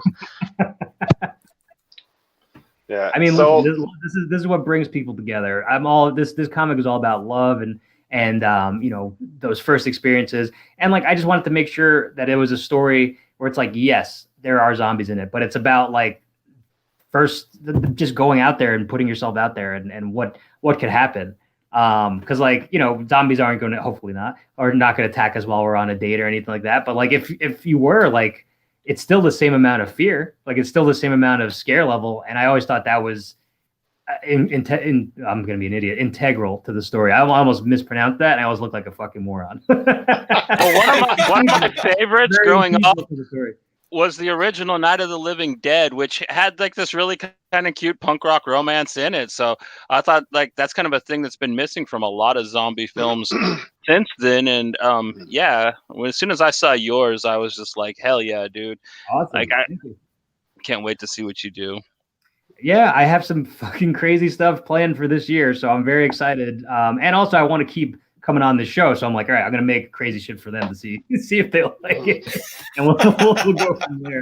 But no, everybody's been very cool and very positive. I mean, the comic space is just probably I mean, I know that there's things that happen in the comic space that aren't positive, like arguments about whether or not Batman goes down on girls or not, but like, it's just come on. Like, how am I supposed to accept him as a hero? Hey, how am I supposed to accept him as a hero if he will not pleasure his goddess? I mean, look at Selena Kyle. Like, and I'm supposed to be like this guy. I'm supposed to look up to him if he doesn't take care of his girl first. Man. It's so funny that people like are just arguing about this. It's like, yeah, he should do that. Like, I don't know why. Like, it's just you could do anything in comics. Like, that's the thing. Like, you could do anything you want to do. There shouldn't be limitations on anything. And it's just really. I'm glad that in the comic space, everybody's been so positive and receptive to Slowpokes and to be keeping me in comics, because I thought after Slowpokes, I thought there would be some backlash. I was waiting to go. I was waiting for some, but everybody's been super positive, except for that one lady that I fucked her day up by putting I went into a sloth lovers forum and I posted the link, and this oh shit. So much. He was like, this is disgusting. Like, how could sloths be killer sloths? He's like, and like, she wrote it. She could have just let it go, but no, she's like, this fucked up their day so much that she had to write like this post about how sloths shouldn't be killer sloths. Do you have a copy of that post?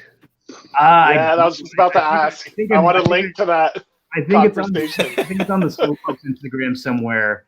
I think I did post it on the Slowpokes Instagram somewhere, but I don't know where it is. I delete pictures all the time. My girlfriend hates it because I post them places and I'm like, oh, I'll just grab them from here. But one day, they'll just get rid of it, and then I'll be done with my pictures. Well, the big thing about our side of the comics community, man, is we like to keep it positive, man. There is so much negative and angriness going on.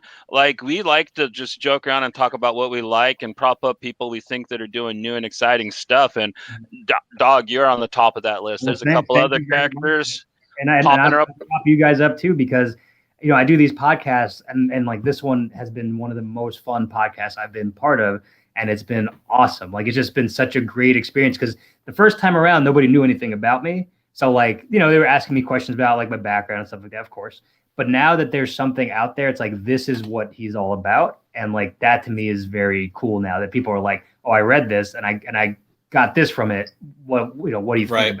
Like, that is such a cool and powerful thing.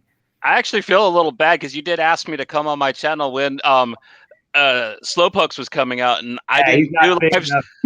I didn't know. I didn't do live streams yet. I had no idea how to do this stuff, so I felt really bad. So when you kind of popped up this time, being like, "Hey," and I'm like, "Yeah, I got a group of guys that are just really cool, really down to talk and have fun, and we've all read and loved your book." So that was another thing. We already knew you. I want to talk to everybody, like anybody who, whether you have 3 followers, whether you have 1,000 followers, like whatever, like.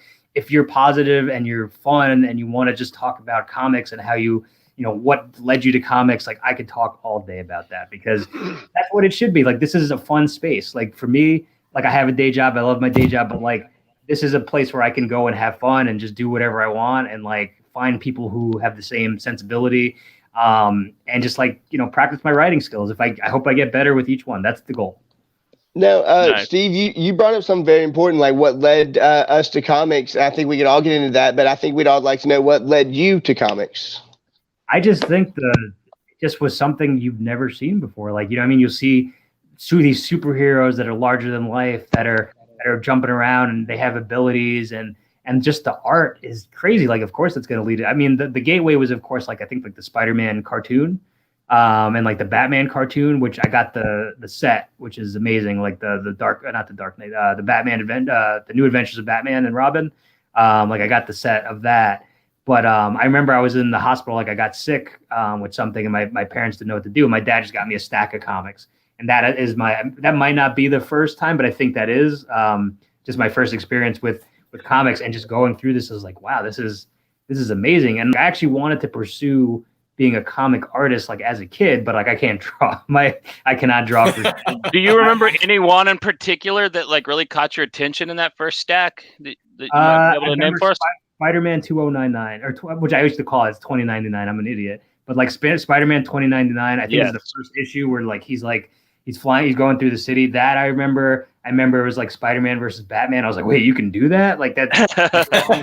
Yeah. There was a lot. I remember drawing. I mean, listen, if Spider-Man ever wanted me to do a story, that'd be awesome. I always drew. I always thought in my mind that like, oh, the Spider-Man the Venom symbiote and the Carnage symbiote would like mix together and become something else, which I'm sure they've done. But I remember drawing like half and half, where it'd be like half Venom, half Carnage. And I was like, I would love to see that. with how many decapitations your sloths do in Slowpoke, I would love to see you do a Carnage comic, man. Just see Cletus taking domes, man. If I told myself, like my little kid self, like, oh, you're gonna do a comic, and like you'd be like, oh, what's the first comic? Is it Spider-Man? Is it Green Lantern? It's like, no, it's Killer Fast Sloths. And then I never thought in a million years that would be my first comic, but. Like I always wanted to be an artist, but just I couldn't draw. My mom could draw because she was a fashion designer, but I just didn't get the artistry. That's cool. And as I got older, I started doing writing stuff, and then I just took the classes at Comics Experience, and they were like, "Oh, you're actually not too bad, like for your first time." And people, I shopped. It was basically workshopping Slowpokes, and people in the class were very receptive to it. And then they asked me like, "Do you want to produce this?" I was like, "Yeah, why not? It's already done. I'll pay the money to do it." And so far so good. And it's just like, if you want something, you gotta go get it, because you gotta fight for your dream, because they'll fight for you. It would make such a great little short film. So I was wondering if you had any plans of maybe approaching somebody to doing a Slowpokes like short for something like man, what's that YouTube channel called with the look-see and all the monsters on it? Crypt TV or one of those type of channels to maybe do a Svengoolie. Svengoolie is awesome. Yeah. I've definitely seen some of that on Twitter.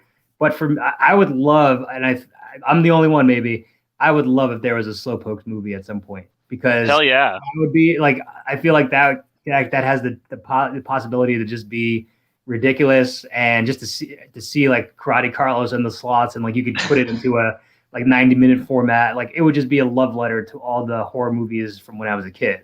because there's not as you don't get that feeling anymore when you go to the movies. Like it's just I want to create something where you know what it is, you know that it's going to be a fun ride, and like I would love to do that. So Shudder or anybody give me a call and we can set something up. Hopefully, you should get in touch with Peter Jackson and see if you get that kung fu priest and have a freaking standoff scene with one of the sloths with the kung fu priest and just have one huge scene. Oh man, that'd be awesome.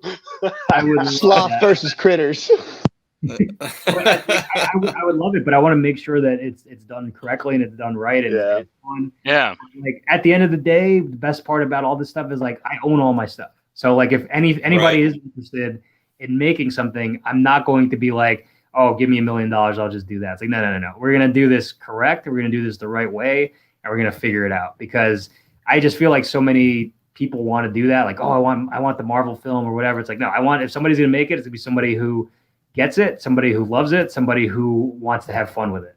And wants to keep all that gore, because I love all the heads. I mean, there are so many decapitations and Slowpokes. I think you outdid Joe Hill's Head Full of Baskets, to tell you the truth, which is a comic book that's literally about decapitations, but I think the Sloths outdid him in one shot. I want to make sure with kills that they're as spectacular and as beautifully done as possible in anything I do, if I'm going to do horror, of course. But it's just like I want to just create stuff that I would want to see, and if other people want to see it too, great. Like tell Shudder, tell whoever. But I feel like when the time is right, great. If not, I can just keep making comics and do it the way I want to do it, how I see it, and that's my little slasher movie series. Well, your day's coming, man. I'm actually surprised Source Point or Scout hasn't hit you up about putting one of your books out with them. Yeah, I know people have read it. I know people in the industry have read it. I just don't know who. Like, you know what I mean? Like, I just don't know who has read it or who wants to see it or who wants more of it. The thing is, like, I'm still kind of finding my way and trying to get better. And that's the plan right now. But like, I don't have any goals to go to Marvel or DC or anything like that. If that happens, like, I'm open to anything. I'm open to any opportunity. I'm open to talking with anybody about anything. But like right now, I'm just this is a blast. Like this is so much fun, just talking to people about comics and having fun. What the hell else do I need? Like what else do I need that I need to I guess money, right? But I'm just kidding. What else do I need creatively? Like creatively, it works. And if I do what I need to do and I do what I'm supposed to do, then it will pay off in the long run. So I'm not worried about that. I also think just being in a creative field and not having any goals, that's where the fun comes in, because I don't know what's happening. I don't know where things are going to go or what they're going to do. But just the fact that I get to talk to people and have fun and just create, as long as people keep wanting me to create, I'm going to keep putting stuff out. Yeah, that's awesome. Yeah, and I'll keep backing it, man. Yeah, like man. I told you a while back, you pretty much got a fan for me for life, especially with the reasonable prices. And backtracking, I kind of thought of this while I was trying to get back online. With your new campaign, I was wondering, since there's so much left to go and you're already funded, is there like any kind of grand ideas for really cool like stretch goals that you might be coming out with for it? So I'm thinking about that, but I got to ask people, like, what do you guys want? Like, I feel like I've given a lot of stuff there. Like, I'm just not sure what people would want. If people have ideas or people want something specific, please let me know. If you want stickers, I'll do bookmarks. Bookmarks and stickers. Bookmarks. We want spiked chonklas, like actual, like. I just don't want anybody to get hurt like putting it in the box. No, you can make them foam like stress balls. Like no, and if you do go ahead. If you do the bookmarks, make them look like ticket stubs, from the theater they go on their date with or something like that. That'd be pretty cool. Design something really awesome. Like cool. Yeah, that would look pretty fucking slick. I should do this next time I do comics. I should have you guys as the focus group. Be like, hey, what would you want to see? Hey, if you need a good designer for some ticket stub bookmarks, there's this guy below me named Joe who does some really awesome stuff. Only if he makes sloth penises. That's what I want to see. Oh, yes. Sloth penis. Man. I'm gonna have to. Well, have you seen? I don't have to get a Green Lantern. I just get a penis sloth. Have you seen Have you seen Big Mouth? I think there's a good basis for a starting point there. Oh yeah, that's true. Those army. Yeah. I love that cartoon, man. I love it. If anybody knows what they want, like I got to make sure too that it works, like to send it out and like to do that. But yeah, I want to get creative, and that's the point. Like that's why I want to have people get killed by zombies or become zombies, or whatever that can be done for following ones. Like I want to have fun with each Kickstarter and just go as get as creative as I can with these.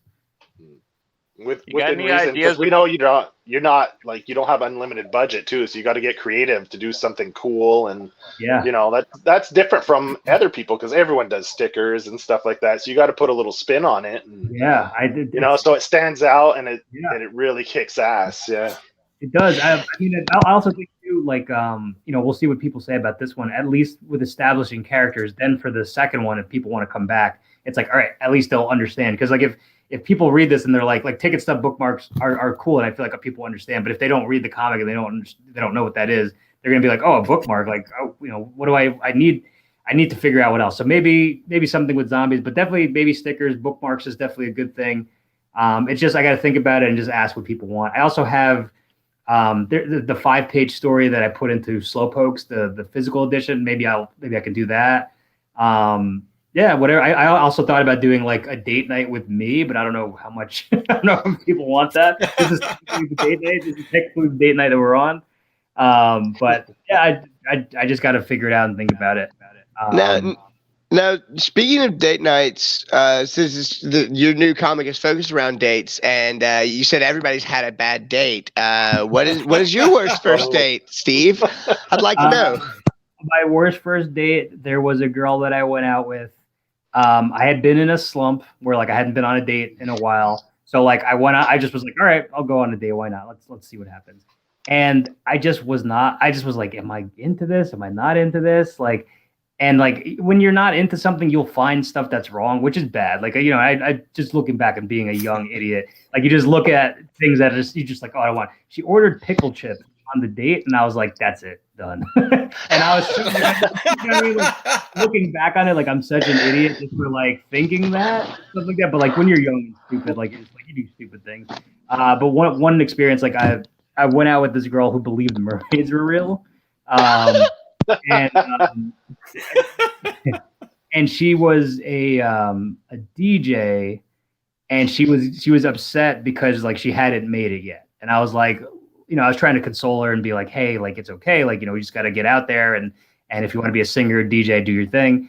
And she's like, well, you don't know how it works. And I was like, you don't need to be, you don't need to be mean if I'm trying to be nice to you. I'm trying to console. And in my mind, I so badly just wanted to say, well, clearly you don't either. But like, luckily I did not. I refrained from doing that. But yeah, I've been on bad dates. Luckily, the girls that I've gone out with in the past, like I've kept on good terms with them, and everything's fine.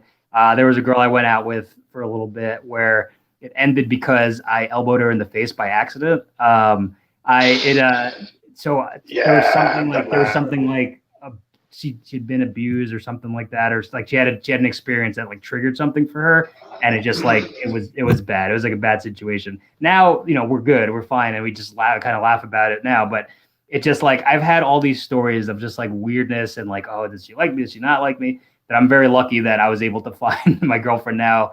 And it was the first shot on the dating apps too. Like I always had Bumble or Tinder, but I never met anybody. I would just, people would match me or talk to me or whatever, but I would just be like, I just would delete it because I was afraid of it. I was just like, what if they're gonna kill me? Like, you know what I mean? Like, Like I don't know.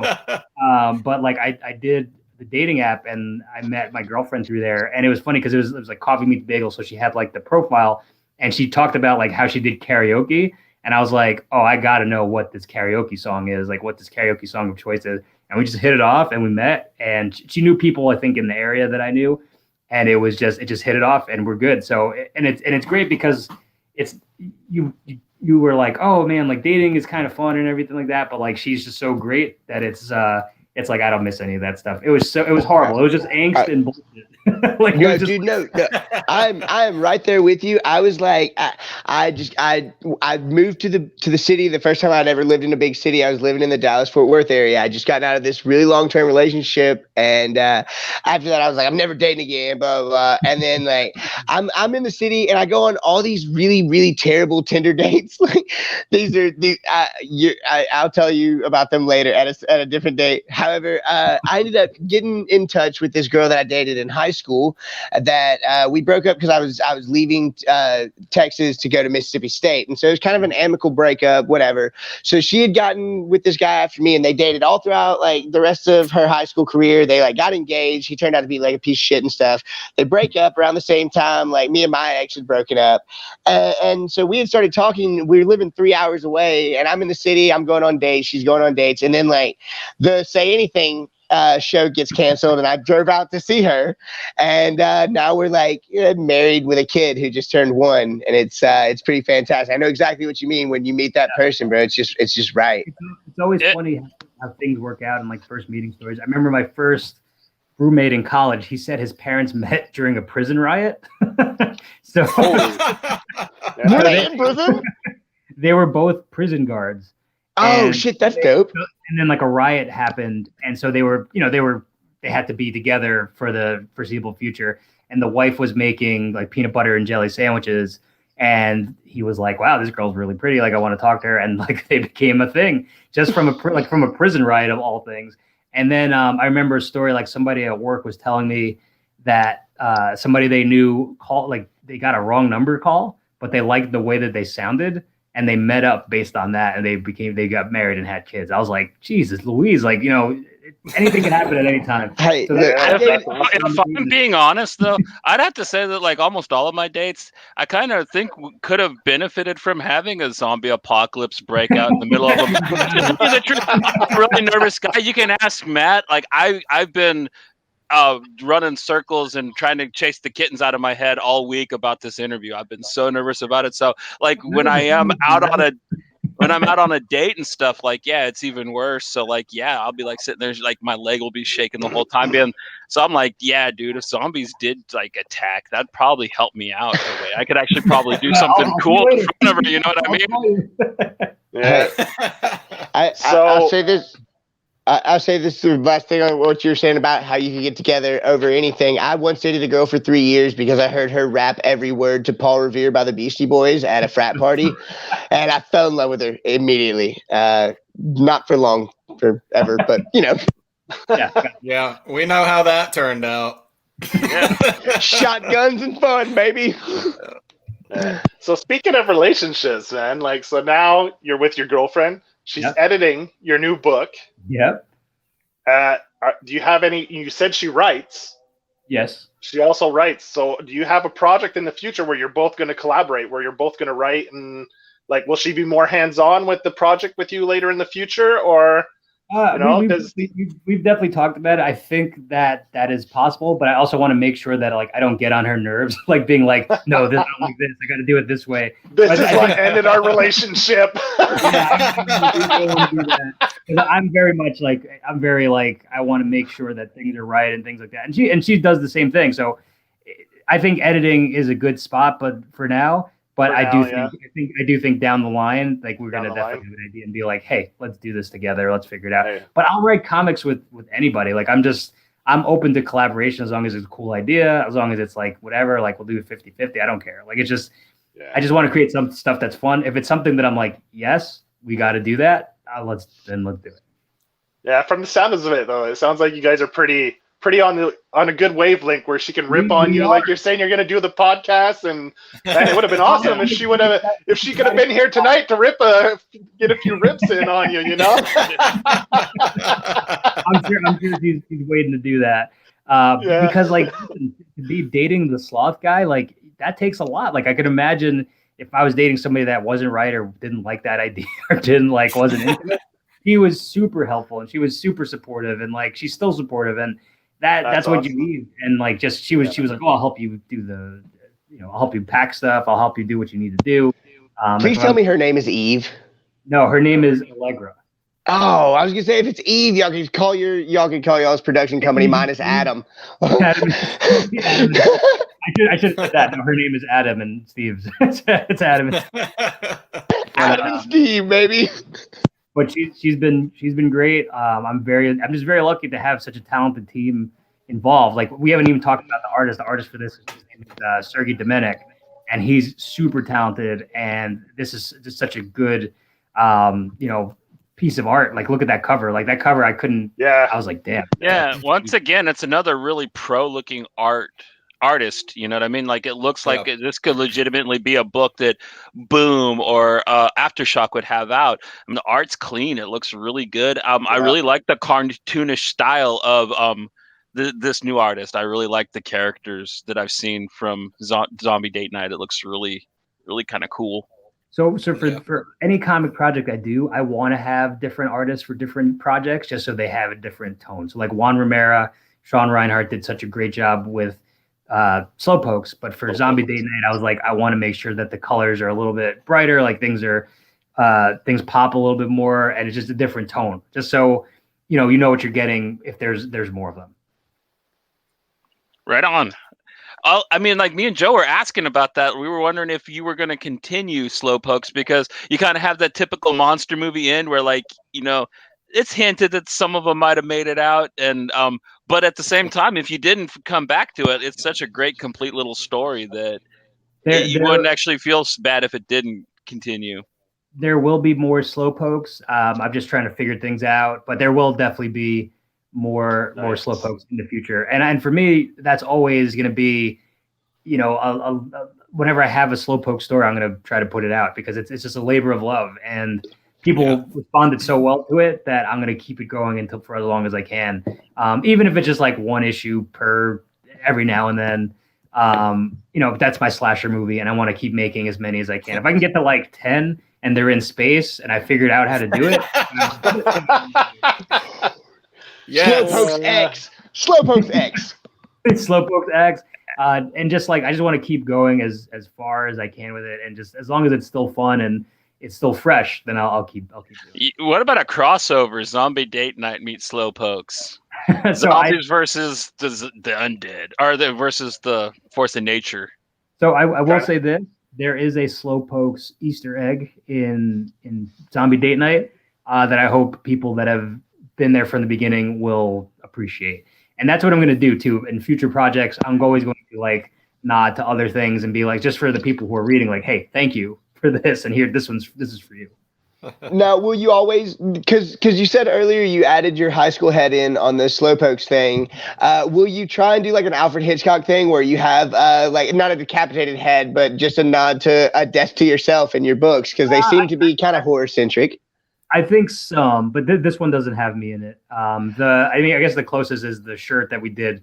That looks very similar to me and my girlfriend, but that happened completely unintentionally. that was not on purpose. So I'll just say like, all right, I'm about to have a second favorite shirt, so badass.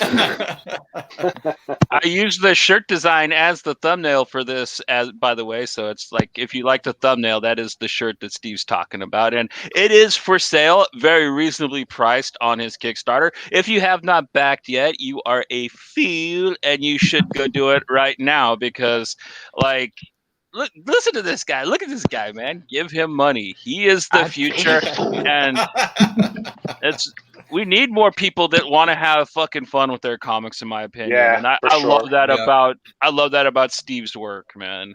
He just wants to have fun with you. I do, and I want to give people weird T-shirts to get looks for whenever you're at the mall. Yeah, I love it. Absolutely love it. Packages of astronaut ice cream. That's amazing. That would be great. If we get there, absolutely. That sounds good. I bought that once at the Exploratorium in San Francisco. It just tasted like Lucky Charms, but like it was like a huge chunk of it. It was pretty good. I feel like that's all when you go to the mall. That's always there, the astronaut thing and the dots. And like dots you always think is gonna be good, it always sucks. It just like melts. Are you like Dippin' Dots? It tastes like ice cubes. Dippin' Dots? I don't know if it's Dippin', but it's like dots. It's just like they try to tell you that it's like ice cream from the future. Yeah, And yeah, that it's yeah, like, yeah, you know what I yeah, mean? dude. Like, That's what people in the future eat, Steve. You need to. You're so 3,000 and late, bro. Like, come on, step your shit up. That's fantastic. 3,000. I will defend Dippin' Dots my entire life. I'm so sorry, Steve. You stepped onto the wrong fucking hill, bro. I'm sorry. That doesn't, just because I say something I don't like it doesn't mean that everybody shouldn't like it. That just means that I just am not a fan of it. There's not a lot of hills I'll die on, but fucking the Dippin' Dots hill, bro. Like you said, this is William Wallace. Gotcha.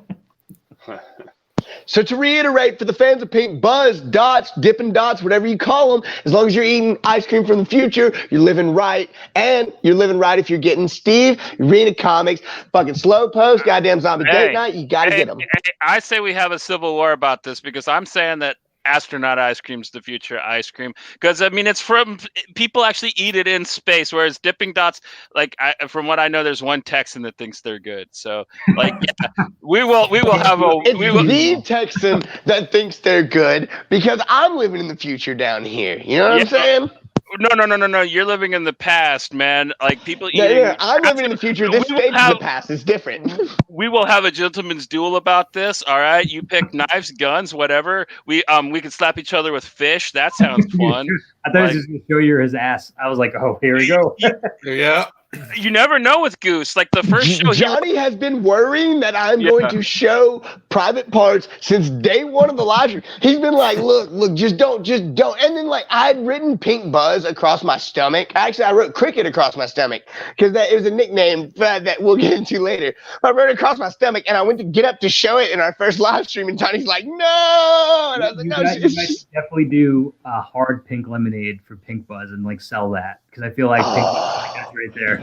I do brew beer, so I could make a Pink Buzz brew. So we can say it's from the future. Yeah, it's from the future. I'll make it with Dippin' Dots. Oh, and then none of you can say anything bad about it ever. It'll come with astronaut ice cream, man. That would be awesome. Well, astronauts do come from Texas. With all your bad talk, look at Houston, which has the second number amount of Fortune 500 companies behind New York City, and we sent astronauts to the moon. What did you do in California, Johnny? You skateboarded and you listened to ska. I want to hear it. So how did you guys become friends? Like, were you guys childhood friends, or like? I made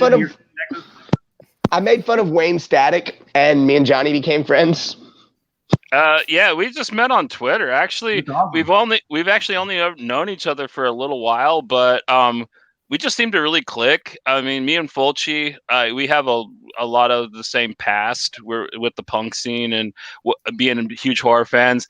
Goose, he's like the gum on your shoe. You just can't get rid of him. And Joey keeps us respectable, man. Like Joey keeps us. Suck a fat one, you cheap dime store hood. Well. Oh, dude, it's a Stand By Me quote.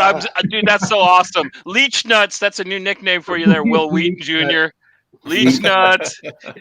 You told me, Leech Nuts. I got to say that movie influenced me too, because just the story about lard ass, I'm like, if that guy can make a story that's that. You ever seen a dead body? That's the part where I thought you were gonna show you private. Yeah. I shit you not. I shit you not. I think Good. about. I don't know if we want to hear about you going and seeing your dead body, man. Like, come on, man. Like, let's keep this. I think about the dog scene all the time, like on a weekly basis. Sick 'em, Chopper. Like Chopper, sick 'em, sick balls, and like, bro, that's why your dad's in the loony bin. And I think about that shit all the time. Like, just it, like in my mind. I don't know if you guys ever played the Wii. Did you guys ever play the Wii? Yes. Okay, so do you know the Wii, like the me music, the that and like Caliphone, like the circus music is playing in my head all the time with like random quotes from like Stand By Me and like fucking The Jerk. He hates these cans. Like I think about that every time I see a can, anytime in my entire life. Like I'm just fueled by pop culture references. Goose truly is as insane as we all believe him to be, and he just gave us veritable proof because he hears weed music in his head and it's Steve Urena quotes. I think all the time. Like if it's not the me music, it's the clown music that you always think of, like with the steam powered like organ. That music. Yeah, all the time. That's what's playing in my head, dude. Like the perfect theme song for you. That's the music I hear when you're talking and you're like running into parked cars. And Steve, do you have head music that's terrifying that you don't want to let the rest of the world know about? Let me think about that. Probably, yeah. Well, I guess like it would just be quiet, and then I just think in my head, it's like any way you want it. That's the way. The Journey song from Caddyshack, right on. Like, that in separate ways. Probably when I leave places, that song comes in my head as like, though we touched our love in separate ways. Do you know what the worst one is, guys? Y'all ever heard of the band Crowded House? Hey, watch what you say about Crowded House. No, man. I'm not saying anything bad about Crowded House. I'm just saying their most popular song plays in my head all the time because I watched The Stand, the TV series with Greg Kinnear, I think, at a young age, and now Don't Dream It's Over plays through my head on like a daily basis. What's Greg Kinnear in The Stand? I remember Gary Sinise up in there. Gary Sinise, not Greg Kinnear. It's Gary Sinise, that guy.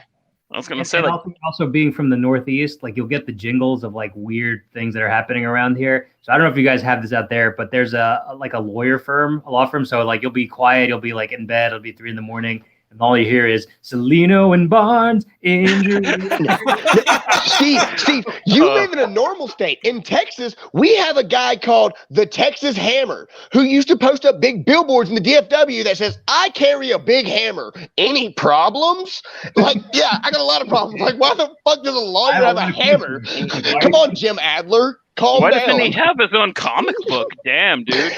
I think they would sue the fuck out of us for copyright because it's a big law firm, but we could come up with the Tim Jadler, I don't know, the Texas Hammer. That's his name. There's also the Texas Law Hawk, which if you've never heard of the Texas Law Hawk, I can almost promise you, when we get done with this tonight, go onto YouTube, search Texas Law Hawk, and then like make sure you have your pants off, and like it's gonna blow your mind. It's crazy. It's great. Mel just verified you. See, in Modesto, we had this guy called Paul from the Diamond Center, and he'd do this really bad version of that "I'm a Soul Man" song, but it was "I'm a credit man." Hi, Paul from the Diamond Center here. He had this great voice, really giving Godfrey. Like those things always stick. Like I always love the living rooms, dinettes. Oh yeah, you can find. You ever hear that? The flea market in Montgomery. Oh, none of you have seen this, have you? No. Right, Steve, you're gonna have to pull it up real quick. It's called. We can show it. We can show. I think there's a thing to show here. I'm gonna fill up your Twitter inbox with the greatest local commercials that I grew up with, and it's gonna blow your mind, Steve. I love local commercials. I mean, the best thing was that show. It was on IFC. It was like something in Link, I think, and they would do jingles and like commercials for people who need it for free. You know what I mean, my dad's watching. I'm sorry. No problem. Hi, Dad. Holy shit, my dad's here. Your son's about to get a Slowpokes tattoo, and I hope you're very proud of him. All right. Yeah. He's not. Don't worry. He's in his head. I bet that's something every dad wants to know. Like, Dad, clown music and Nintendo Wii music plays in my head while I live my day-to-day life. Like, that's incredible. Like, I'm gonna call my dad up and tell him some weird shit. I'm jealous now, Goose. So the best thing about this Zombie Date Night, about Slowpokes, is telling my parents that this is happening. And like I remember that I told him, I was like, yeah, I put money up. I'm making my own comic. My dad's like, what are you doing it about? Or like I'll do it in his voice, Steven, what are you doing it about? I'm like, it's about sloths that become fast and kill everybody. He goes, what? Steven? Sloths are cuddly. What is this? And then he saw it. He's like, what the? You know what I mean? Like I just want to give them embarrassing things to talk about with their friends. What's your son doing these days? Well, he made a comic. Oh, what's it about? Well, fast killer sloths are getting these kids and murdering them. I hope you got them T-shirts. I did. Yes. They backed from the beginning, which I do appreciate them for doing. Awesome. And like my mom will wear the shirt, which I think is hilarious. My dad is not a shirt guy, so like he'll wear like a button up or something like that. He won't wear like a straight up T-shirt. So I'm very Oh, I'm proud of your son too. He's the best. Do you have that picture of your dad that you had the last time you were on, Goose? Like Oh that my God, really? no, I gotta find that. That's the poster that my dad gave me for Christmas. I was gonna say, Steve, if your parents were not disappointed, that's great, because I got to come home. My dad's a police officer, and I got to come home for my first semester at the new college that I'd gone to tell my dad, like, hey, yeah, I'm helping run a head shop. My dad's like, what? And I'm like, yeah, I sold like bongs and pipes and shit to potheads. And he's like, oh, cool. I'm gonna be glad to tell all my friends that at work. That's awesome. That's what it's all about. Love and positivity. And like, you listen, everybody can have so much fun when it's with positivity. Like, I just continue to do that. No, I love my parents. They're the absolute best. I'm glad they're here watching. This is actually absolute surprise. So I'm glad they showed up during this. It's been a fun time. Talking about spreading the love and positivity, Steve, is there any of your buddies' Kickstarters you might like to plug a little bit on the show? I like Richard Kemp's Kickstarter that's out there. I like. Hold on, I gotta pull them up because like I want to make sure I'm not forgetting anybody. But there's so much creative stuff happening on Kickstarter currently, and it's amazing. Like, it's just really cool. Like, and it's cool that everybody's supporting each other too. And it's not like, oh, well, fuck you, or fuck you, you're the sloth guy, or anything like that. You know? No, the community and the economy of it is just beautiful. That's why I've fallen into it so hard. I don't even. Well, I think you fell out there. Yeah, I think so too. All right. But coming back to Slowpokes, how long before was this in the works before, like, let's say COVID and everything, like the pandemic hit? I wrote it for the class. I think the winter before I finalized everything, and then it was supposed to come out in the summer, but then with COVID went on, it was a little bit tougher to figure. Like, a lot of shit went into disarray, so it got kind of pushed back to the fall, to October. And it kind of worked out better because it was Halloween. I was like, right, this is perfect timing. I kind of wanted to make it like summer of Slowpokes type of thing. But now that it's Halloween, that's a good thing. But to go back to the Kickstarters, I would say the Lump Sum Saga looks awesome. Saving the World looks awesome. Crackle Volume 1 and 2. The Fog Line, I can't stress enough. Mario Candelaria, I think I'm pronouncing his name right. Like, that premise is so fucking awesome, where it's somebody commits a murder and he thinks he got away with it, and somebody's doing a podcast about the murder, and they're like coming in close to finding him. I was like, that is amazing. Like, I was like, who could, like, how do you think of something like that? That's so cool. Like a serial. Imagine that. Like, oh, I got away with it. My version of that would just be like, oh, I got away with it. Fine. It's like, that would be my version of it. His is probably better and more meticulous and well thought out. I love that one. Patriot One is a friend of mine. This guy Kevin Powers. If you like Captain America, Patriot One is definitely one. They just got 100 backers today. Game of Doubles just funded. That was awesome. That's going to be awesome. I just can't stress enough like how great these things are. The one that I'm looking forward to the most that just finished up is Off Into the Sunset, about the Western one. Yeah, the Westerns. Yeah, I was like, that's such a great idea with, to do a Western anthology and everybody gives their take on it. I remember they were accepting submissions, but like, anthologies are so intimidating for me because I just don't have like an artist friend that we can do something like that quickly. For me, I'm like, all right, I need some time with it. But like, all that stuff looks awesome. And it's just I love that people are supporting each other and just putting each other up. And even on Twitter, like, that's been helping the backing too. Just like, hey, drop your links. Like today I was saying, we got to do it together. And it's not a like, oh, I win over you win or anything like that. It's we all win, like, because we all get to create and make comics and be the next generation of stuff. Because like, so many of these people are going to be your next people in comics at DC and Marvel and IDW or wherever they're going. Just to help them succeed and to help, like, everybody needs to do that. And that's what I love about that community. Yeah, luckily we've surrounded ourselves with mostly like-minded people that way, and I think that's a big reason why we're all huge fans of yours, Steve. We love the positivity that you promote, man. Thank you.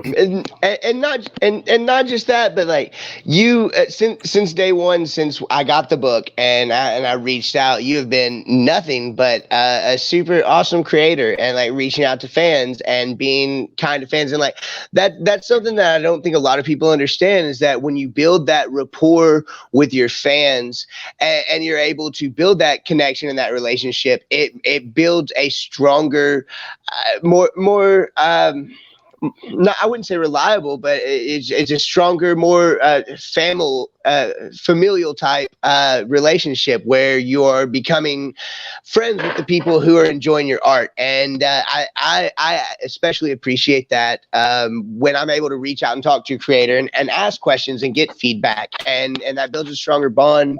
And I think that's super great, and I really appreciate that, man. Listen, you guys are not fans anymore. For all the good, positive stuff you've done for me over the last year, we're not fans. We're friends now. Like this is what it is. Like I want the Spotify playlist. I will talk to anybody about comics and everything like that. But like, it's just to think that I have one fan, two fan, three, whatever. That's fucking cool. Like I never thought that I don't think of it like that. I'm just like, wow, you guys purchased my stuff. Like I'm always going to be supporting anybody who supports me, and like I want to make sure that it's not like, oh, you know, I don't know how people can be mean to people that support them. Like, why would you do that? Right. Yeah. Well, I mean, no, it's crazy. Like, and it's funny that my parents are here. Me and my dad went to go and see wrestling a few months back, and I was wearing your shirt, and like you had commented on one of the things I posted, and I was like, no, dude, I'm wearing your shirt to the wrestling event right now. Like, it's so great. That's fantastic. And like, it's awesome, dude. I love it. I'm so glad you came on tonight. It's been such a great night. I hope this is the first of many. Like, even if I'm not promoting anything, like just talking about comics, I'll talk about anything. Just because like it's just such a nice thing to have human interaction, especially with the year that we've had.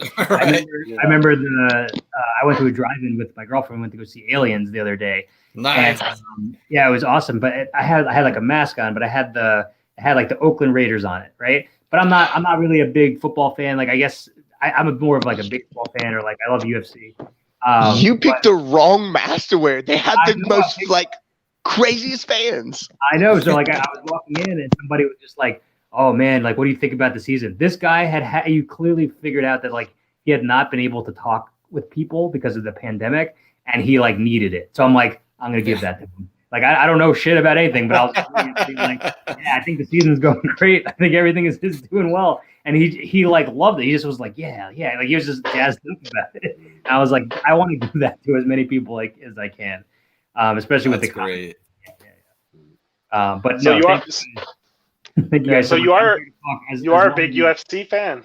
Yes, I used to actually work for them. Oh, serious? Really? Yes, Can you?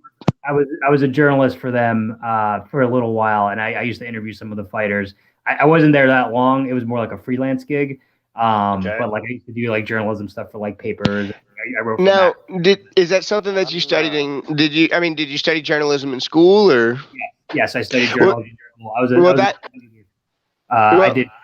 Sorry, I did journalism, and then I did creative writing.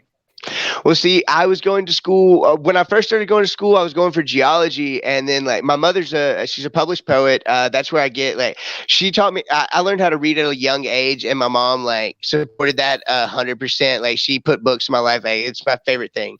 Love you, Mom, if you're still watching. But I was going to school for geology, and when I switched to the new school, I had this like crazy moment halfway through my first semester where I was like, I want to be writing. Like I'd been writing, doing creative writing and stuff like that. And so I'd switched my major from geology to mass communications, and I was going to do journalism with that. I've always wanted, my dad's a police officer. My mom, she was a published poet, and I wanted to do investigative journalism.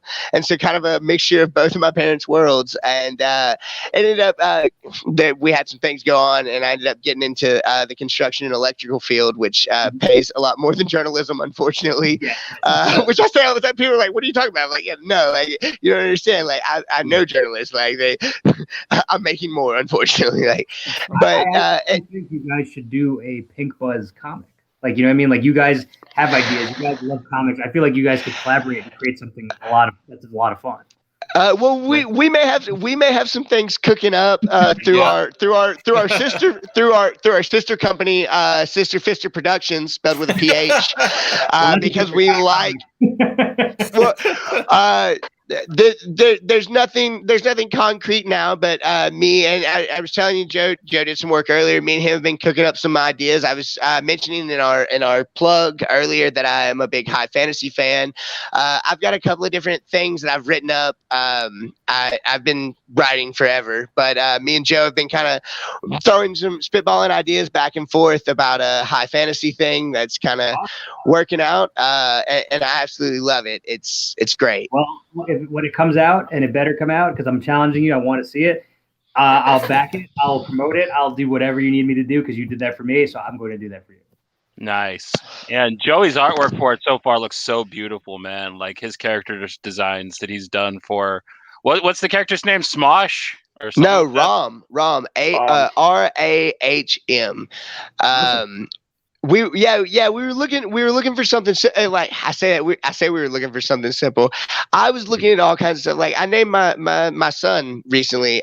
His name is Orion, which is funny. Yeah, it's great. Like because everybody's like, oh, like the constellation. And I'm like, yeah, because that's how I got my wife to agree to it. Because at first, because here's the deal: her father's middle name is Wayne. Her grandfather's middle name is Wayne, right? My grandfather and his son's first name is Thomas. And I was like, yo, baby, look, here's the deal. Let's name him Thomas Wayne. And she's like, that Batman's dad? No. And I was like, all right, fuck. Here's the deal, though. I'm a huge Jack Kirby fan. So I settled on Fourth World, and I'm like, what about Orion? She's like the constellation? I'm like, sure. Sure. Yeah. So we settled on Orion Cooper, and I actually the name Cooper. If she's watching this, which I hope she isn't, my dad called it out immediately. But when I said his middle name would be Cooper, my dad was like from basketball, and I went, yeah, but she won't know, because Coop, and my dad calls him Coop, and like I love it. But anyway, like that. Yeah. Anyway, so we've got some ideas that we're spitballing back and forth, and some concepts that we've come up with. But yeah, it's one of those things. Like I said, I've always I love to write. That's the way that I express, like get the things out. And I think that, like you said earlier, when you said like you wanted to be an artist, I was the same way. But I can't draw. Like I can make some pretty sick S's. If you went to school in the 90s or the early 2000s, like son, I got you. Like I got you.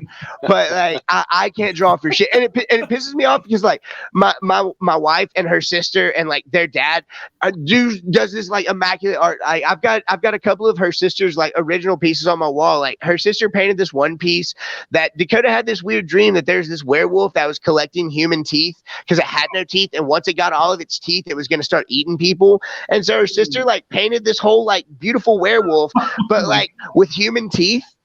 And then the other original piece that we have is a Renaissance style picture of our cat Richard, with like the triangle hat and everything. I'll send you the pictures later on. It's absolutely adorable. But like I can't draw for shit, and I'm surrounded by all these people that does such great like art, and I'm just like, oh, I'm so envious of you. Like, oh, green with envy. I'm right there with you, Goose. Even my stick figures look like shit. I actually thought like to do a comic where it's like I would draw like all the stick figures, and then like the backing thing would be like, oh, for $200, I'll draw you as a stick figure. You got to get the knots in my head right. Exactly. Just like, oh wait, hold on. Like, perfect. No, I love it, man. I'm so glad you came on tonight. This has been. Thank you guys for having me. Listen, I'm here as long as you want. You want to talk about anything? I'm here. I'm here for it.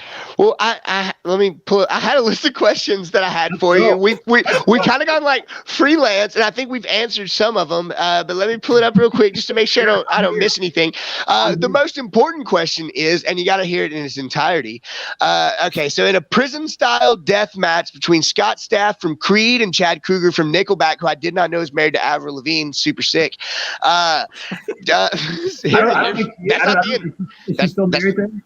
I don't know. Maybe he was a skater boy. She said she later boy. I remember there was the I remember there was the conspiracy theory that there were two, That's like, Melissa. That's Melissa. Yeah. But that's the thing. So it's Chad Kruger versus Scott Staff. But Guy Fieri is Scott Staff's coach, and Carrot Top is Chad Kruger's coach. Who's winning this fight? No rules. Oh god damn! I was gonna say Scott Stapp, but if he's got the power of Christ with him. Yes, but if Guy Fieri is on, yeah, that's tough, dude. He's so great. He is. Even during the pandemic, he raised all this money for charity, and I'm like, he's just bringing things to Flavortown. He's just going crazy with that stuff. So we're going Chad Kruger on this. I would go with Chad Kruger. I also think like Chad Kruger. Wait, no. Guy Fieri's Scott Staff's coach. Oh, then Guy Fieri and Scott Stapp. That is the perfect amount of crazy. Yeah, he's got the power of God and the power of Flavortown. Like, okay, perfect. That's the right. Well, there's only one other more important question. What's your favorite Rocky movie? Ooh. I will break you if you don't answer this right. No. I'm just. I mean, no, Rocky 3. That's the one over there in Russia, right? No, that's Rocky 4. Number 4. Rocky 3 is the one with Mr. T, and that's an acceptable answer. Rocky but look, 3, Mr. T Rocky 3, Rocky 4, you already won, dog. You're there. Say that. Like Rocky. Those are my two joke questions, but on the we've already answered the is there any more Slowpokes in the future thing. As I think we've talked about it, as I said earlier, I like to write as well. As far as you saying you have a day job, which by the way, what is your day job? I am a copywriter for an entertainment company, so like I've done like commercials and stuff like that. So sick. Yeah, so I've done writing before, so that's why like I'm more polished than say somebody 10 years ago. I've been writing for a long time too, and I've done like odd jobs too for like journalism, whether it's copywriting. I worked for I don't know if you remember, there was a minor league baseball team called the Newark Bears. I worked for them for a little bit, but it's funny because they forgot that I was on their payroll and I was just collecting checks. Oh, you're Milton. That's pretty sweet. You're Milton. Where's your stapler? It was the George Costanza thing. It's like, yeah, they keep paying me. I haven't gone to work or I haven't done anything. The company, they ended up going out of business. So that's what funded Slowpokes. Yes. Those checks coming in. Now, are you a baseball fan? I am a baseball fan, but I would say casual at best. Where like I'm a Yankee fan, but like okay, perfect. That's all I needed to know. That's what I needed to know. That was what my question was. What has been your biggest obstacle in your career as far as comics goes, and how do you spend your time outside of comics? So the biggest obstacle, besides shipping for Kickstarter, I think the biggest obstacle is just doing it, like getting out of your shell and getting out of your head, like, oh, what if people don't like this? What if this is, what will happen? Fear is always the biggest part of, I feel like a writer's thing. It's like, well, people not. But I think it's kind of helped to put Slowpokes out there because I'm like, if I'm that comfortable doing that, I can do anything now and feel comfortable, even if it's something different or something that I'm not really, known for. Because eventually I would like to write something serious. I'd like to write something, just different, just to challenge myself. We'll see with that, but just that is the biggest obstacle, is just getting started. Now, with speaking of obstacles, with having a day job and doing a normal, 9 to 5 or 8 to 10, however you do your thing, we all work different hours. Like, how do you find the time outside of work to not just for inspiration for your books, but to get the motivation to start writing? Or is it one of those things that kind of like with a diary or anything else that is meditative or something that you have to do? Or is it one of those things you kind of got to put in the work for outside of work as well? So when I think, at least for me, like I'm always thinking about just the way my brain works. It's just, there's always stuff going on. And if there's like a piece of something, I'm like, that'll be funny, or that'll be a good thing for a comic, I'll write it down. And sometimes I'll forget that I write it down and then go back to it. But it's just from moving around and doing stuff and just making sure that I rest and relax too. Cause like sometimes, when you're working hard, there is burnout. There is sometimes where like things just get, even personal things, like, you need to relax, you need to take a nap, you need to just kind of relax for a bit and just think. but also you have your best ideas when I'm not thinking about something. Like it'll just be completely random. Like, right before you go to bed, like you're just laying there and you're just like, what? Like So how zombie, do you came how do from. you keep track of those ideas? Do you have a notebook you carry around with you, or I can show you right now. It's in my phone. That was my next question. Thank you, Joe. It's in my phone, and it just says story ideas. Like that's all it okay, is. so you just And this is all of it here. Hold on, let's see where's the goddamn it? Oh, so like Is it on the notes app? Yeah, because these are all the ideas that I've had, and I just put it down. But like, yeah. Oh, wait. That's where I'm going to see your privates, isn't it? No, like, That comes later, Steve.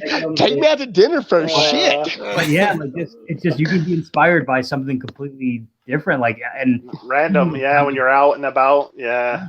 You just never know, and I feel like doing things too, like getting out of your comfort zone. That helps as well. Yeah, I could see. You get too much into a routine, it gets repetitive. You're doing the same things. It doesn't change your mind places. It doesn't get the juices flowing. So yeah, getting yourself a little bit out of your comfort zone, trying something new.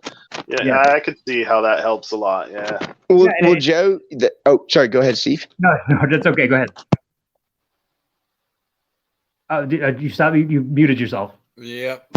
I said I was segueing into the next thing, but go ahead. But just like making sure that you think differently about different things, that will definitely rewire your brain to just make sure. Like I read a book called Liminal Thinking, and it's just about how when things happen, you create these stories that you're not even sure if that is the reason.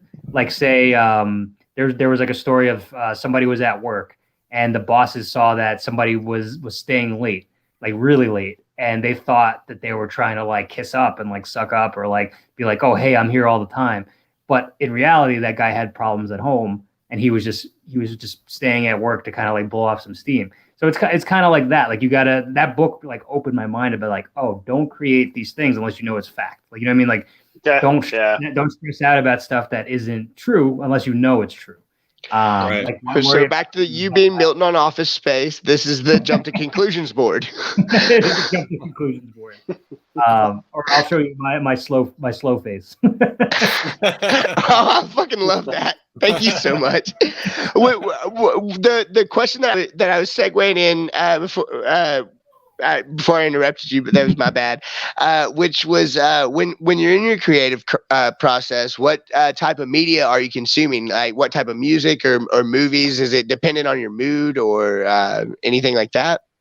I guess it just depends. I always put my stuff on shuffle because like I just always have hip hop and rap and stuff like that. I don't really. I try whenever I try to write, I try to keep it quiet just so I can because I'll get distracted. But in the process of building these things, I'll usually have an idea and then I will do an outline and just like kind of brain dump of like, all right, maybe this could happen, and then like sit back from it for a little bit and then kind of like put the pieces together like a puzzle. It's like, all right, let's start here. Let's go here. Let's go here. Let's go here. Let's go here. Once I have the outline, I'll massage it a little bit and then I'll do the characters first, I guess, but then the outline. And then after the outline, that's like my roadmap. So like when I'm doing the outline, when I'm writing the pages for comics, I'll try to follow the roadmap as much as possible. Sometimes I'll add stuff, sometimes things will get cut out, whatever, but I'll always continue to that roadmap because it's just so much easier when you have ideas to pick from. It's like, all right, maybe I'll use it here instead of going on a tangent because it just doesn't work for me. Like I could have ideas, but I need to have like, this happens and this happens and this happens, happens.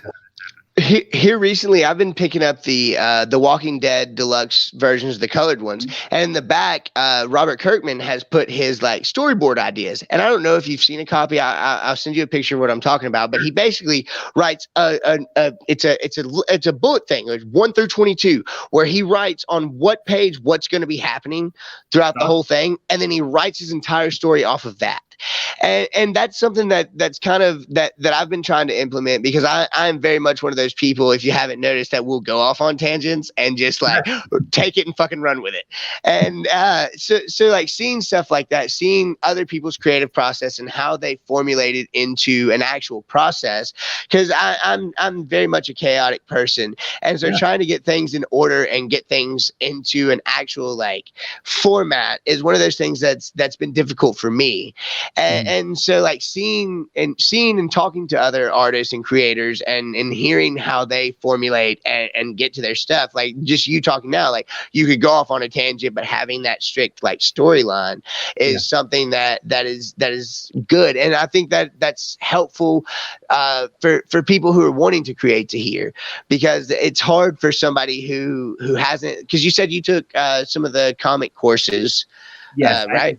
I went through comics experience, and like for me, like I was always able to create stories and things like that, but like I never knew how they did it for comics. So when I did comics experience, I always wanted to go to comics writing school, but they never had anything. There was always art, and like for me, I just felt like I was left out. Like I feel like all these comic schools and everything should have a writing section, because I feel like that is just as important as the art. And like some people just work better with just being a writer than an artist, or because they can't, like me. But yeah, it's and what also helps is my girlfriend's been helping me with deadlines. So like if I'm doing a comic, she'll be like, all right, give me the first 10 pages by next week. And I'm somebody who loves working on deadlines, and it's helped tremendously because I'll just get stuff done. And it doesn't have to be perfect, because, you know, but she will be the toughest critic. Like, all right, I'm going to read your 10 pages. I'm going to tell you what I like, what I don't like about it. And that's helped. And just having that deadline and having somebody to kind of put that foot on you, like, hey, where's my 10 pages of story? You know, it helped so much. So like putting yourself on deadlines, I think it just creates a discipline. It just trains your brain to like. So do you have her basically act as editor for you, kind of? Do you have her read to make sure everything kind of clicks and makes sense? Kind of, is that what kind of a function she serves as well? Yes. So with Slowpokes, I did go through the school, like, to get a lot of critiques, but she was reading along the way too. And then when Zombie Date Night came out, I was like, all right, I don't have the class anymore. Why don't I just use her and pick her brain about stuff? And if things at least make sense, whether we agree or disagree, as long as they make sense, then it's fine. And just having another pair of eyes on it. But I also, my advice as well is just, when you have an idea, get it down on paper and go through it 3 times, and don't overthink it too, because that could just be that could be a nightmare too, where you're overthinking, like, and that could create, you know, you can build the sandcastle, but if you just take the wall out, then the whole thing is going to come down. So you have to have that, like, all right, this is the 3rd round of it. I'm good with it. It's not going to be round like 17, 18. You know what I mean? Like, I want to make sure that I'm not overreacting to and just letting it breathe. Mr. Goose's dad, sir, I really like to apologize for this. It's my fault. I am a producer, and I am having technical difficulties. My net keeps dropping out on me, and I'm supposed to be the one that keeps up with the comments. I am terribly sorry that I've missed out on your bomb droppings. But next time, hopefully, I will be better at it. And like I said, I'm terribly sorry. But yeah, your sons really kind of pick up that torch and ran with this for me, because I don't know what this show would have been like if I didn't have him on, man. Like, I keep coming back, and it's just such a nice, civilized conversation still. And I'm like, thank you, Goose, man. Like, Colton stepped up tonight, and yeah, you get the VIP trophy. Usually it goes to Joe, but yeah, man, like, I'm not even getting a participation trophy for tonight, man. I dropped the ball hard on this one, but don't say participation trophies, dude. You'll drive my dad fucking bonkers. Yeah, I figured it'd be a huge participation trophies, man. Hard ass Texas cop. I mean, like, it's like the kind of guy that they were made for. This comment here: "Don't be sorry, Don. Be careful." That's me.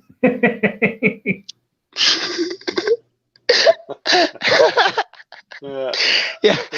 So this is funny. So my dad actually was born in New Jersey, and his family, like, that's where all my family comes from, is New Jersey, which is why I brought that up earlier. I spent a lot of my summers out there in the Cherry Hill area, but also in Seaside Heights out on the boardwalk, which actually, since you're from New Jersey, you'll appreciate this joke of mine. It did not go so well at stand up, but you'll appreciate it. So I fully believe that God sent that hurricane in 2012 to wash away what Jersey Shore did.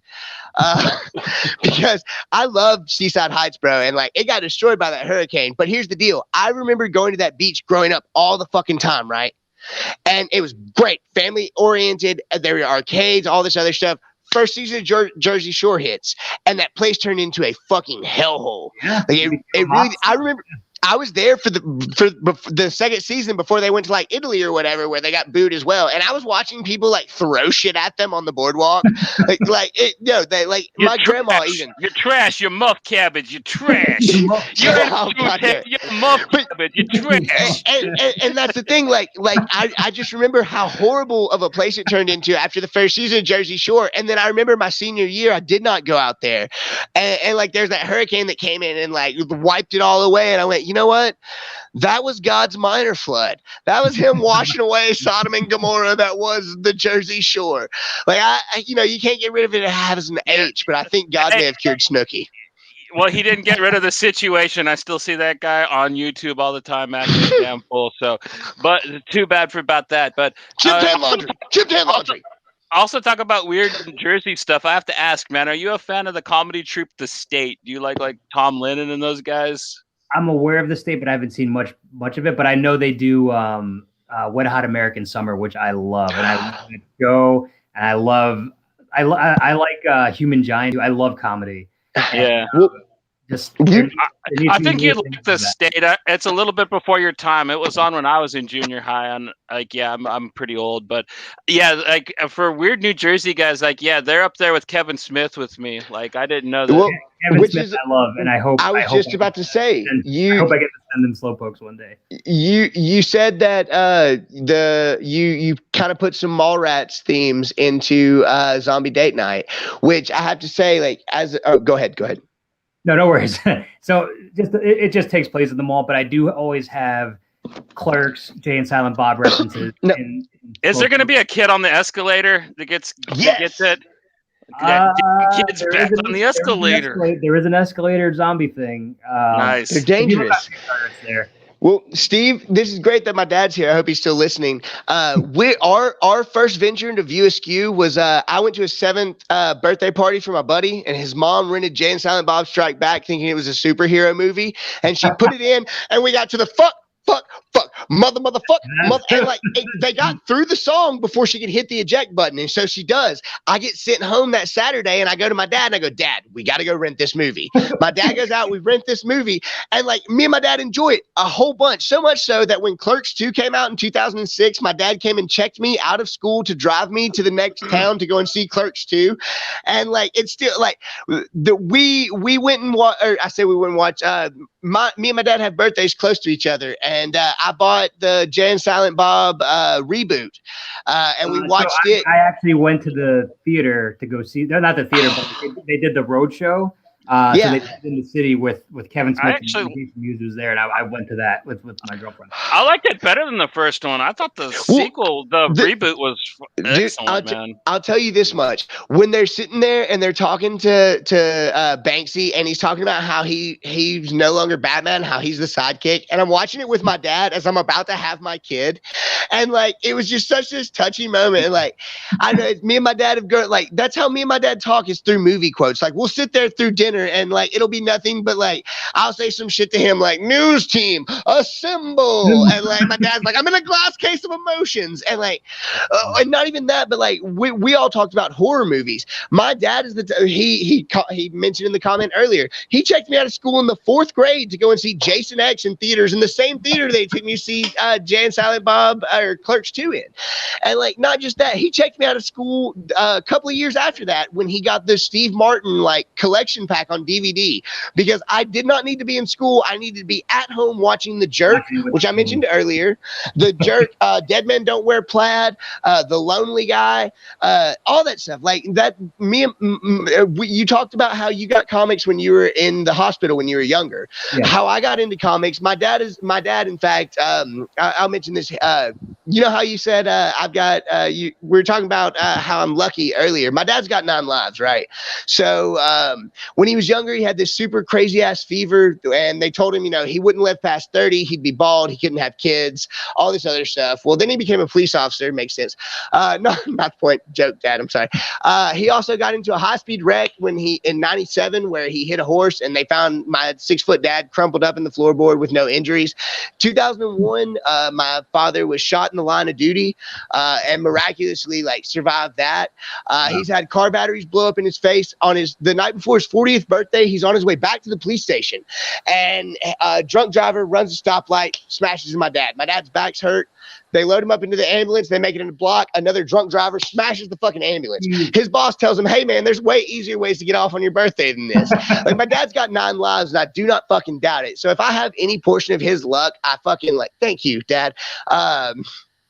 But man, I definitely forgot where I was going with that. I'm sure I got to talk. Well, yeah, we're skewing way off, and it's been a pretty good long night, and we got to keep Steve for over 2 hours, which is amazing. I think this might be a nice place to kind of wrap it up at. Steve, is there any last things you'd like to plug or talk about before we head off by any chance? I definitely want to talk with you guys when this is done. We can keep this going, but thank you for having me, for supporting me. Thank you for anybody who's backed Slowpokes, anybody who's backing Zombie Date Night currently. I truly appreciate everything. I'm nothing without the artist and the letterer. And Sergey Domenik is doing a great job. And my girlfriend Allegra is doing a great job at editing. Everything is just coming into place. And I'm here. I've arrived, and I'm very excited to show what I can do. And you guys have been so supportive. And I thank you. Thank you. Thank you. Thank you. Always, brother, man. The sloth, it got me. As soon as I saw that cute sloth holding a human head, I was just like, yup, this is so getting got. I am Stewball. You can find me on Twitter at JohnnyAlpha81. That's my name. I'm trying to kill that character off, though, and I'm trying to think of better ones, but I still haven't come up with it, really. But, yeah, enough about me. Joey, where can they find you? And do you have any last words you'd like to say to Steve or about anything in general? Yeah, man. I'd just like to thank Steve for coming on. It's been a pleasure. Thank you. And an honor. Yeah, you can find me on Twitter at 00JoePocket. Hey, I'm just trying to get out here, get the word out for guys like Steve, and try to support good creators that are, good in the community. And he's definitely one of them. So go check out his Kickstarter, man. Mr. Goose's dad, sir. You go on Kickstarter.com, search up Zombie Date Night, and you got him. Don't worry. Bucks. Okay, but I got him. Don't worry. I'll have him covered by the end of the evening. Matois, you got any last words or where they can find you at? Stealing mom's shoes and shit. Wanted to apologize. I had a little technical difficulty there at the end, but. Screw following me. Go find Steve Urena and support him in any way you can. So thankful for you taking the time to spend with a couple of assholes, and yeah, man, it's great. We love you, man, and we're gonna be fucking diehard fans till the end, my friend. Awesome. Hopefully, if not tomorrow, by a Final Destination death. Right. Yeah, don't die tomorrow, Steve, please. Yeah, don't. What was your death again? Hibachi. Hibachi, yeah. So yeah, make sure you don't do any grilling, man, and hopefully we'll see you. Crazy enough, the guy who I guess he directed Final Destination or wrote Final Destination, he follows me on Twitter, and I'm like, I want to send him. Yes. Goose, you got any last goodbyes? Make it quick. Oh yeah. Just back Kickstarters you believe in, and do the shit that you think is dope, and don't hurt anybody, and be nice, and do dope shit, and watch out for parked cars. And hey, don't take joke books. Don't take joke books in cornfields. Yeah. We are Pink Buzz, still a part of graphic vandalism. So that means don't stop reading, don't stop listening to awesome music, don't stop supporting independent films. We are all about all that stuff. And man, this just went so well. I'm so happy that Steve's such a groovy dude. And we'll catch you next week. Maybe we'll make him part of the cast. Like, I don't know. Maybe we'll have Steve back. But until then, this is Pink Buzz, and keep it buzzing. Keep it buzzing. Keep it buzzing, dude.